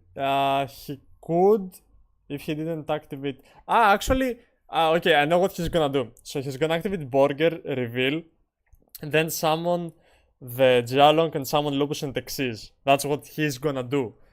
But the card is punishing.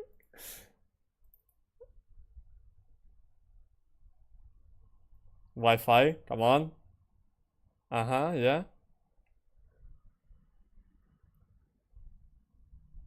Come on, no, don't ruin it for me.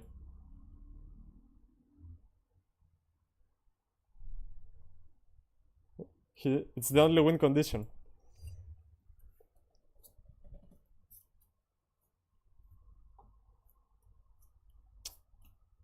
Fucking DB. From time to time, like, DB is so fucking shit. Bro, like, there's a possibility that I'm gonna start streaming on fucking Omega or something, because this shit has been annoying so much now. I don't even know what to do, but to be honest, the content has to be DB, so... Oh my god!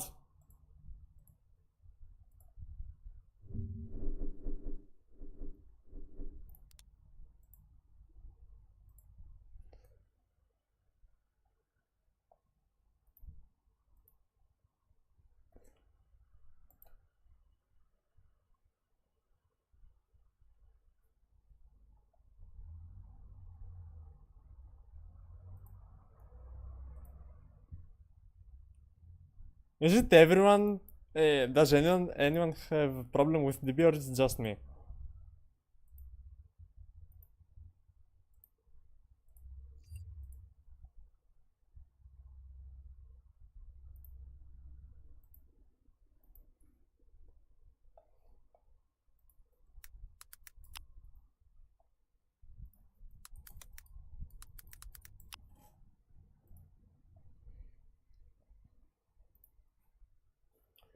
Everyday DB has problem? Yeah. It's like my ex. For real. Yeah. What could possibly be the punish here? To exceed someone on my turn. What could possibly go wrong, right? Okay. Cool.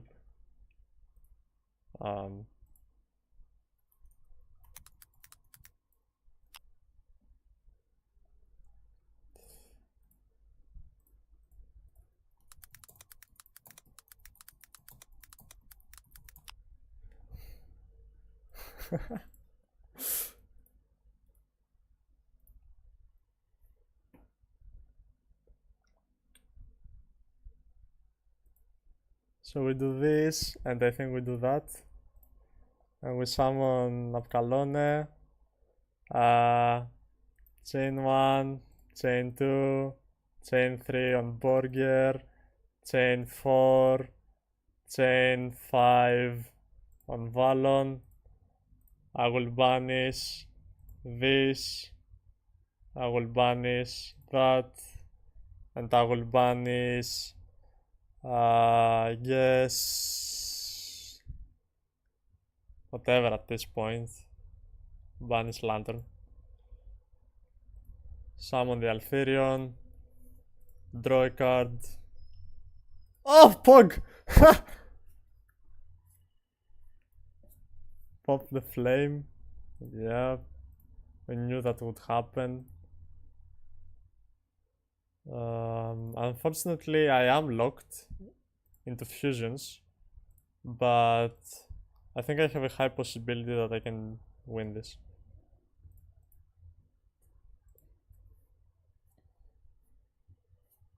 Oh, good, let's go. Uh-huh.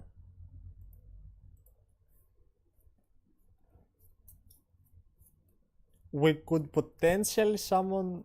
No, Apkalon was the correct choice. 100% it was the correct choice. Holy shoo! Holy shoo! Let me think. Do do I need to do it? Or should I activate just for the meme? Like just for the lols, right? Yeah.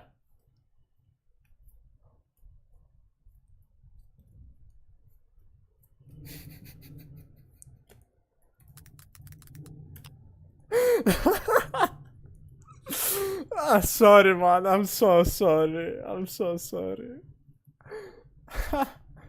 I'm actually really sorry, man. Sorry. Actually, I like gain. I gain all the LP that I lost with the trap card and stuff like this.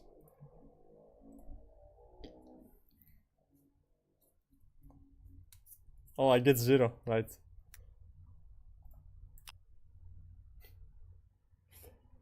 If pan is in graveyard, then no, then you want it. Yeah, and I know, but I also thought of what is gonna happen, so trust in the process, I will say. Yeah, just trust me. Oh, he draws Blossom Pog. That's unfortunate.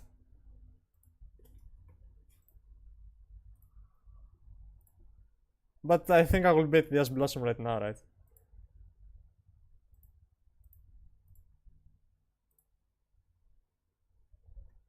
Oh, Pog. I can also add this to hand instead of Imena. Unless I specifically want to go for Mysterion. I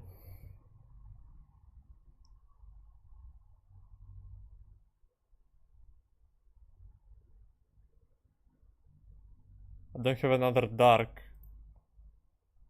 So I could summon this one to get back. So let's say he pops it, right? We can grab back Fimana with this one. So I think we do that. What do you say? Wins locks? What? Wind doesn't lock. No. Ah, yeah, it's not a wind. Whatever. Winda. I think you mean Winda. Yeah, but we don't have another dark. So let's just grab this for the memes, for the content. And there's no way we lose. Like Dogwood just saves the game. It's insane. He cannot commit a lot because even if he does commit, yeah, but how can I find Mule and Fimena with one Lucius?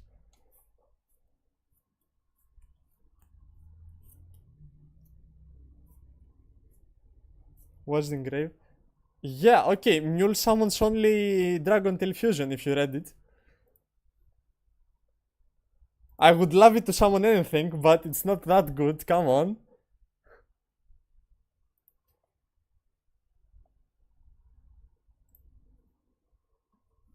Yes. Special summon.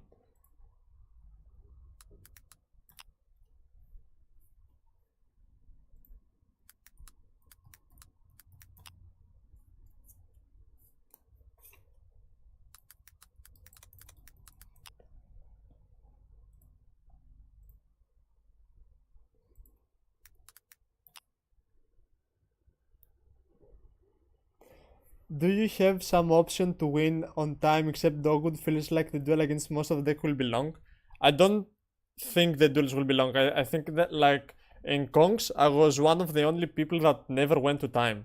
I was winning every match at 10-20 minutes tops. Like if you know what you're doing, you're not supposed to take a long time with this deck. That I can promise you.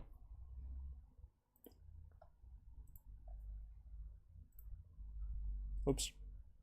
And we'll draw Shadow Fusion as well. What the fuck? So cool.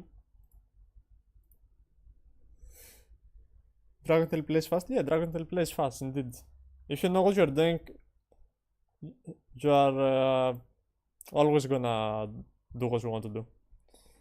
So he attacks this with this, and then he attacks Secretarian, and then he passes on nothing.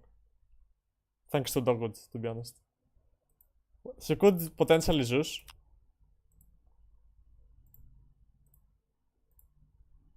But he doesn't have Lupus. And then if he Zeus's, then I get up Kalon effect to grab Shadow Fusion. Or, okay, plus 2000. So Dark all monsters my opponent controls lose 100. Yeah, that's fine. You can Zeus with this.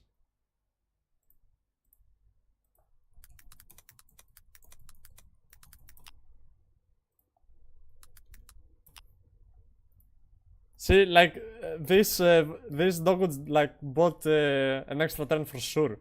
Or two. So he has all the attributes except Earth to reveal with values, so that's so fine. This can outgrind him, by the way, just this can outgrind him a lot. Yeah. And it's unfortunate that he will draw a dark. He will draw because he has dark. But yeah. The moment he activates Zeus, he loses. True. Like, look at my LP. Even if I pass the turn with an empty board, he cannot OTK.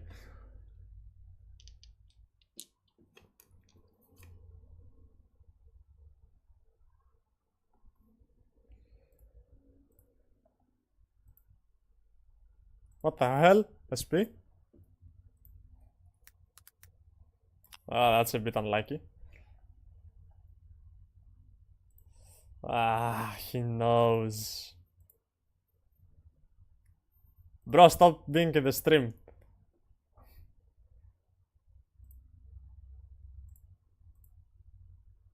Okay. Main one.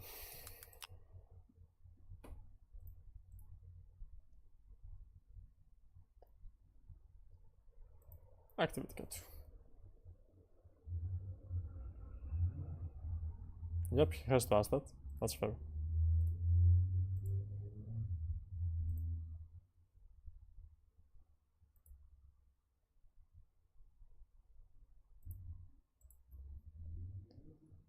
He Zeus now. Bro, might as well Zeus way earlier than that. Yeah, that's fine. So this goes. Then we can normal summon this effect. On Dragontail monster. We target Lucius. Yeah, we target Lucius for sure.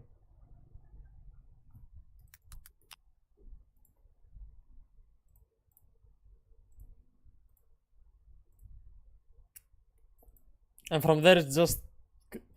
Yeah, I mean, that's what I'm saying. Most people don't know how good this card is. Like, from one card you can get 3 right away without doing anything. Let's grab Orgula.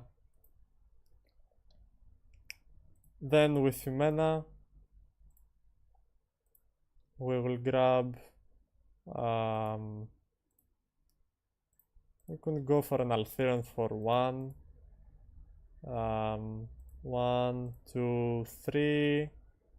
We'll target... Yeah, we'll target Saddle Beast, it's fine. Saddle Beast. Then we get spells.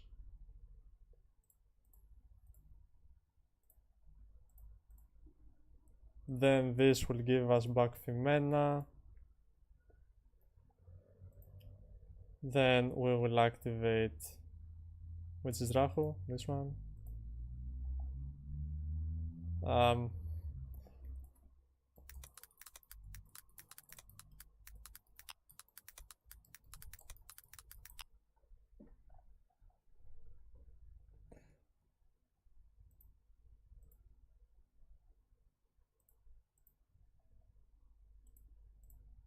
these two, so activate this and this. Pog. And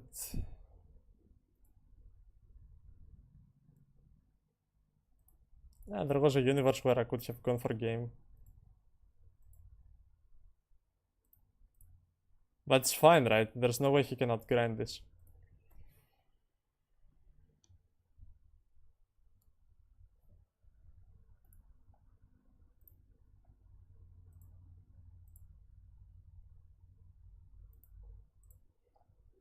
I have gotten rid of 2 Holy Shoe, 2 Rock of the Vanquish, which most likely he plays 2. So what else can he have in there? He might have a second Reaper, a Werewolf, and a Hound. So yeah, and Paradise, I mean, so he cannot do anything. Like, at this point, he doesn't have an extra deck. I can't tell what has the better grind game. If you play 2 traps post side deck, we do for sure, because we can keep recycling back spell traps and we can always set.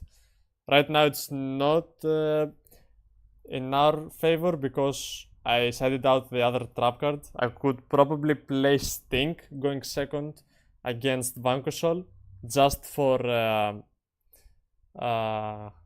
Lupus instead of Flame.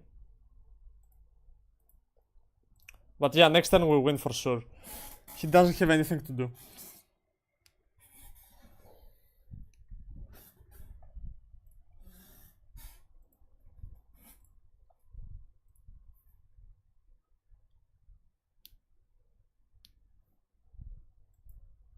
Yeah, that's fine.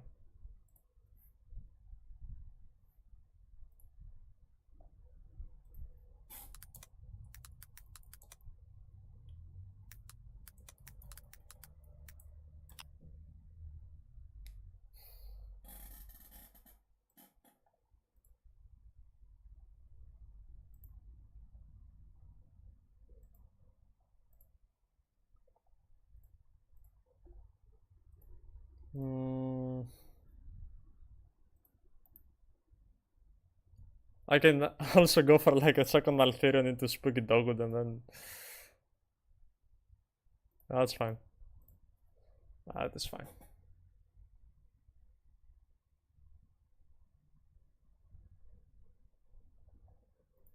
Yep.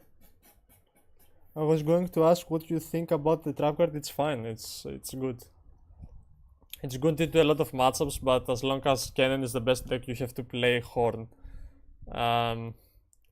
And Flame is just a generic good card against everything else.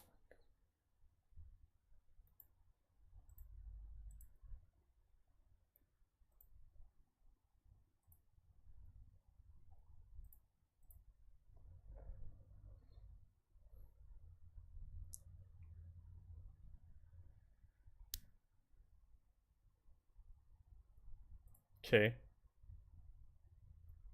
Then what?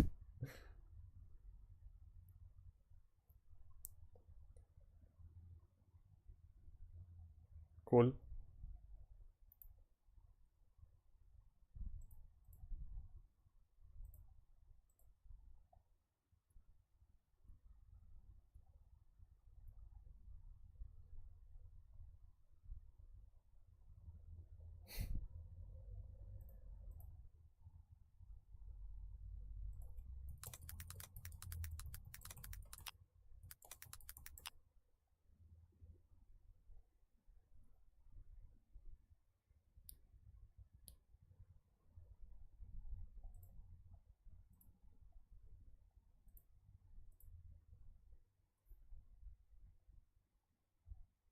David the deck this.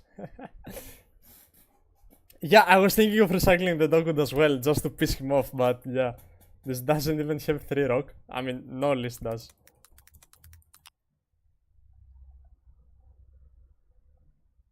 Yeah, it's that and what else? Hound? Ah, Typhoon. Okay.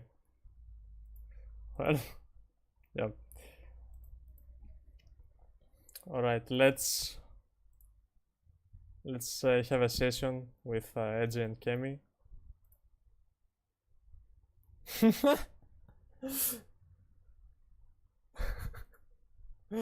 I will make this my PFP.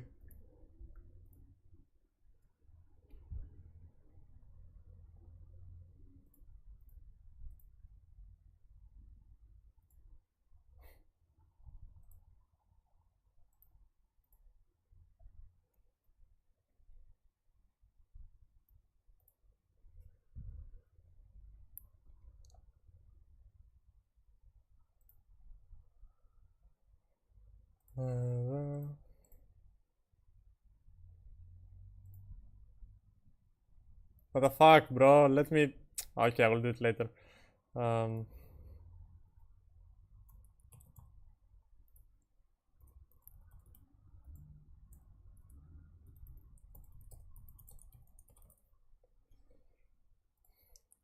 you're gonna get a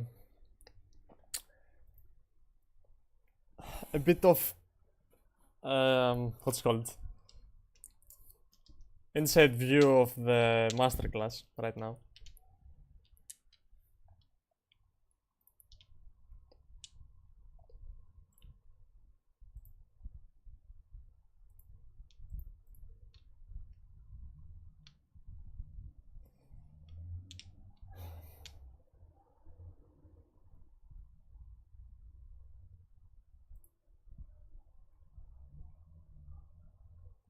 Edu, can you hear me?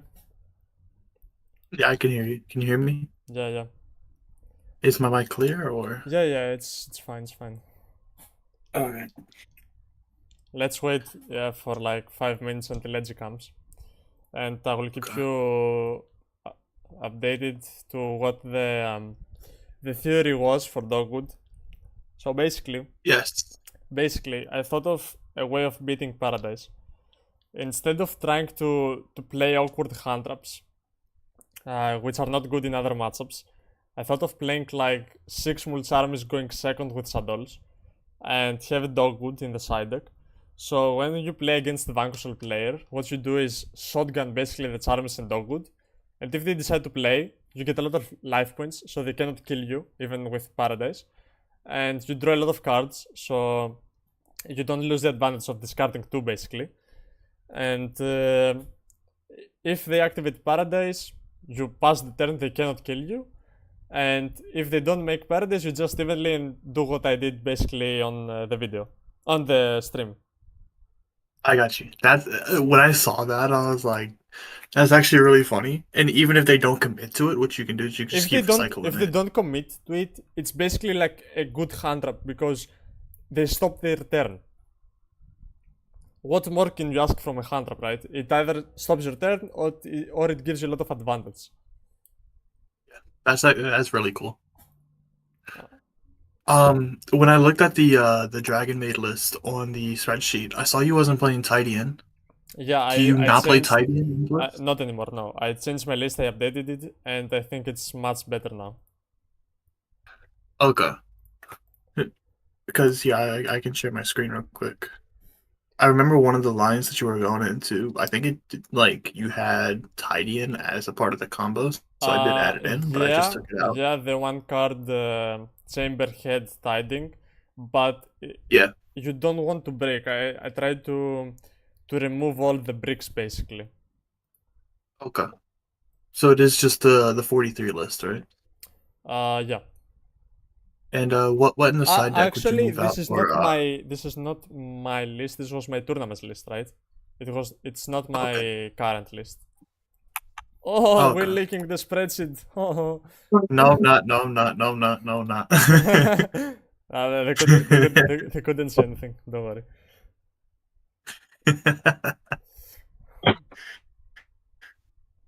I was like, yo. Yeah, let me stop streaming before No, I do that again. it's fine, it's fine. Don't worry. Don't worry about it. But no, it's fine. The deck list you did post for the Dragon Maid though, I think this was the same list. I changed Unless a bit. you added some changes. That was the list I played on the tournament, but I learned a lot during the tournament, so I changed it basically on what I learned. And I think the deck now is like more generic to fit every matchup, because I was building it specifically for Vanquishal, and I did beat 3 Vanquishals in the tournament, 2-0. But I realized that there are other decks that can compete equally as well, like Yami, potentially Orcast and Lunalight. I So got you. this list just needed Like- Yeah, that because bit of I now see that you play. Kaiju. The towers deck, yeah, the fucking towers Null. Yeah. deck. No, like Yeah, so basically, the combo to out double Liger Baguska. I'm not gonna lie, that new monster. No, What?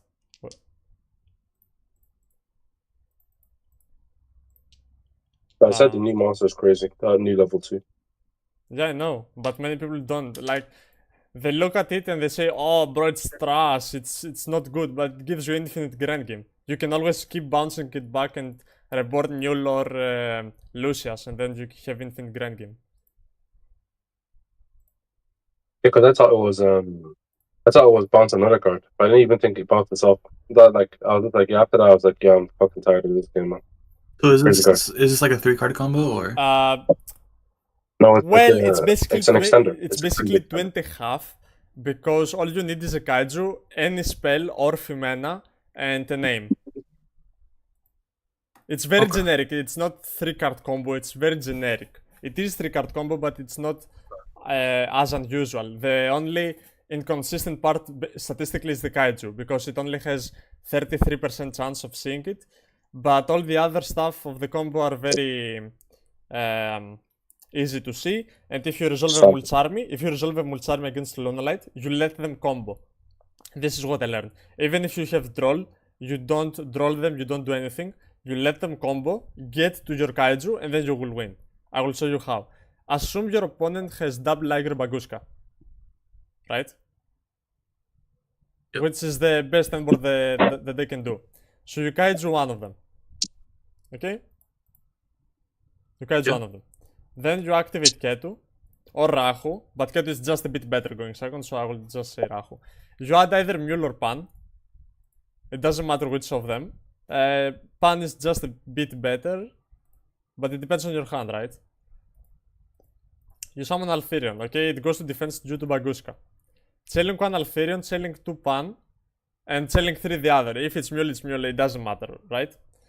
So what you do is set, Okay. you pop Baguska on chailing 2.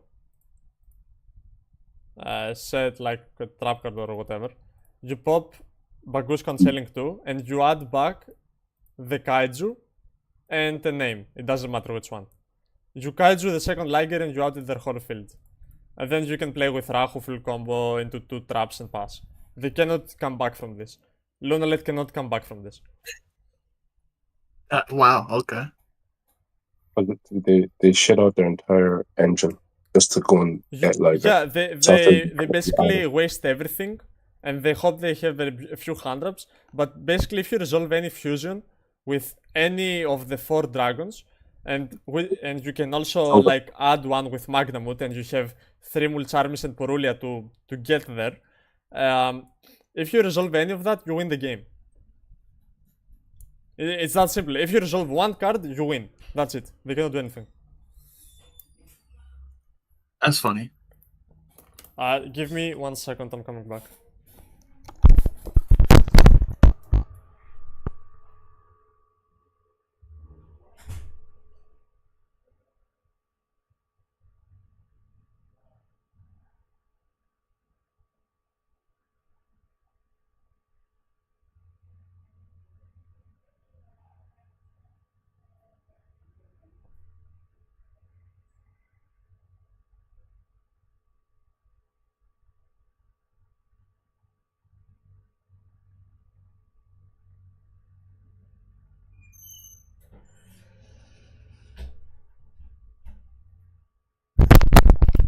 Yep, sorry about that. Yeah. So, what do you wanna do right now? What do you wanna check? I mostly just want to go over the lines because there's some hands here. I can share my screen that I kind of got lost in when I was playing the game. So we go to solo mode.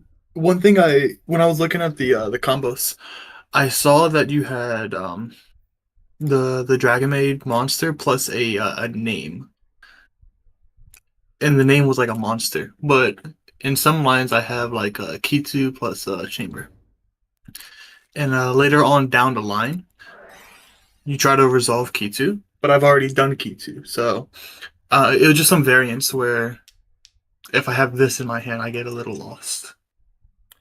This or like Rahu or Okay, let me play the hand for you yeah. because I don't know everything by hand. I just improvise based on the hand I have. Okay. Because many lines are not in the spreadsheet. Oh, look, I drew the exact thing. Do you want me to play out the 2-card combo or do you want me to play out the hand? Let's do a hand, The hand. just so I can like, because if I sometimes I don't like this hand here. Perfect. I don't know where to. Oh, okay. Clearly, I know where to start. I know to start with chamber because that's the only thing I can start with. But when I have this and like a Lucius or a Phimena or something else, it's just a bit. I don't know where to start. Why did I add this? Why did I add the changeover? Isn't it for parlor? You go parlor, send changeover, and then parlor bounce or changeover bounce back. No. Basically, you will see how I will play out this I don't hand. know. You will understand, don't worry. That's why I'm here. Okay. Chilling 1, chilling 2, normal stuff. Yep. So I'm pretty sure you just go chamber, hospitality, or link. In this hand, no, because that loses to a bestial pretty hard, and you can end on a much better end board. Because if your opponent has bestial plus hand trap, you lose. Whereas now, if he has hand trap and he doesn't do it on chamber, then you resolve fusion, so you get all your advantages that you need. If you, let's say, this hand plays through Ash Blossom and Bestial easily, which are two very popular hand traps. So you do this. You do this. Right? Oh, you're streaming. Sorry. Yeah, I'm streaming. Okay. Did you see what I did? I did not know. I was on my own screen. Okay, I chamber, add changeover, fusion to Alferion. Cool? Okay. Oh yeah. Then I bounce back and then I activate this.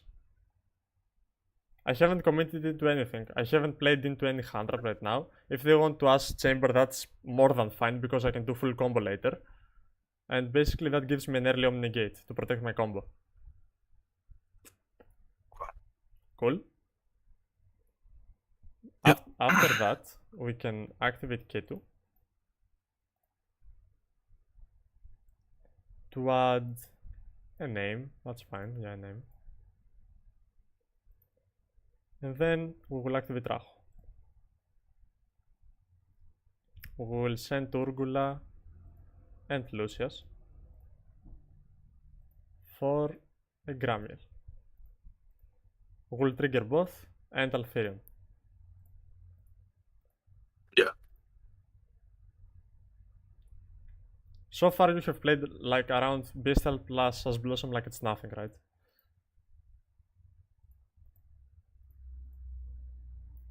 Then Urgula, add Lucius, and then you can, if you want, you can activate Phimena to go for Secretarium if you play a mirror match, and summon Lucius, add another Phimena. Okay. Yeah. Summon this, target chamber, summon Lucius.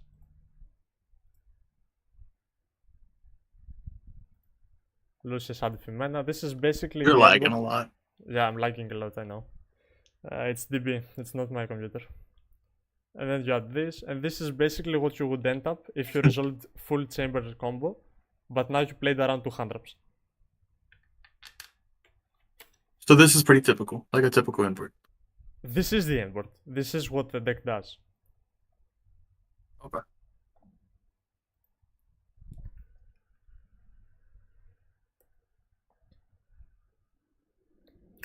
Every hunt I will draw chamber plus Ketu. Okay.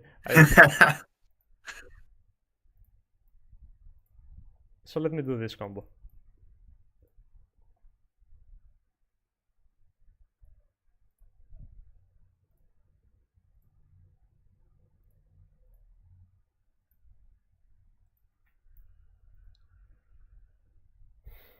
Come on, DB. Next stream I'm streaming on Omega. Fuck it. I think your screen just froze. It's just DB. It's just DB. What is it? Because I also have another monitor on the stream and it's fine. So I do this. Oh, lag. What the fuck?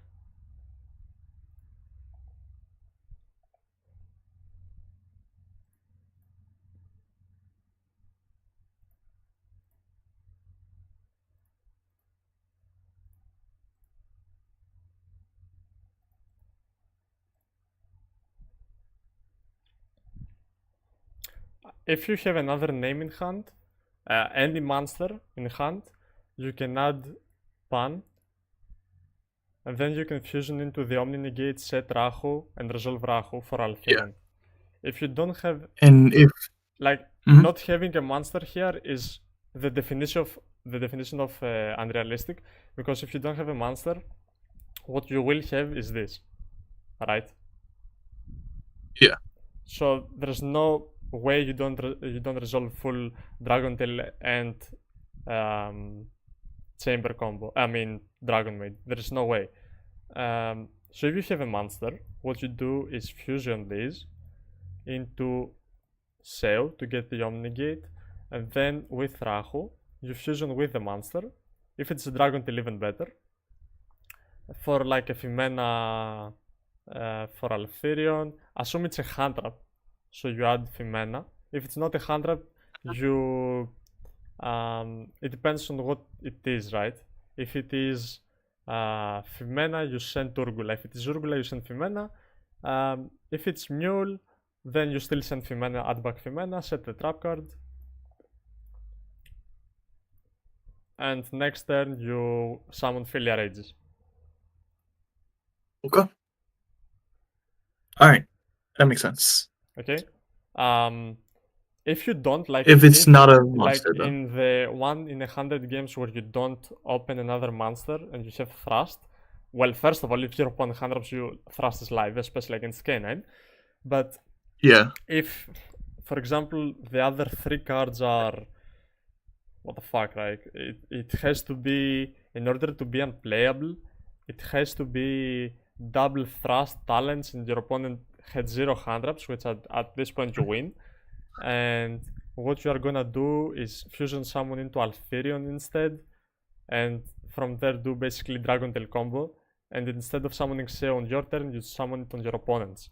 So the worst case scenario, which is unrealistic as fuck, means that you win. Simple as that. Give me one second. I gotta take a phone call. I'll be right back. Yeah.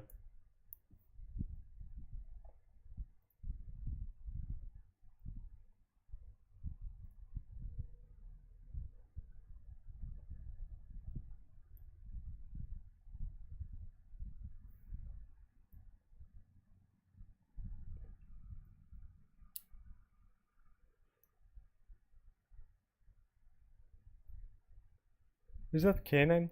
Why are you showing me Kanan, bro?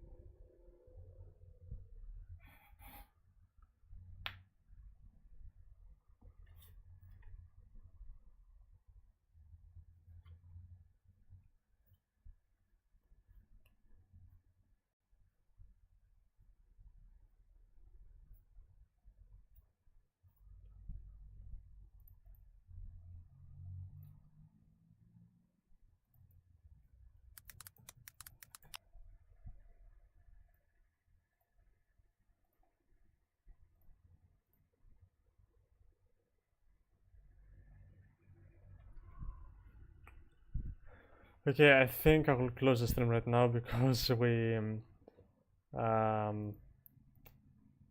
streamed for a lot of hours. I will do the lesson with Edgy, and if you want to be part of the classroom, hit me up. It's very cheap, and yeah, I hope you enjoyed the stream. If you have any questions, join my Discord, and I will help you as much as I can. So, thank you guys. See you next time.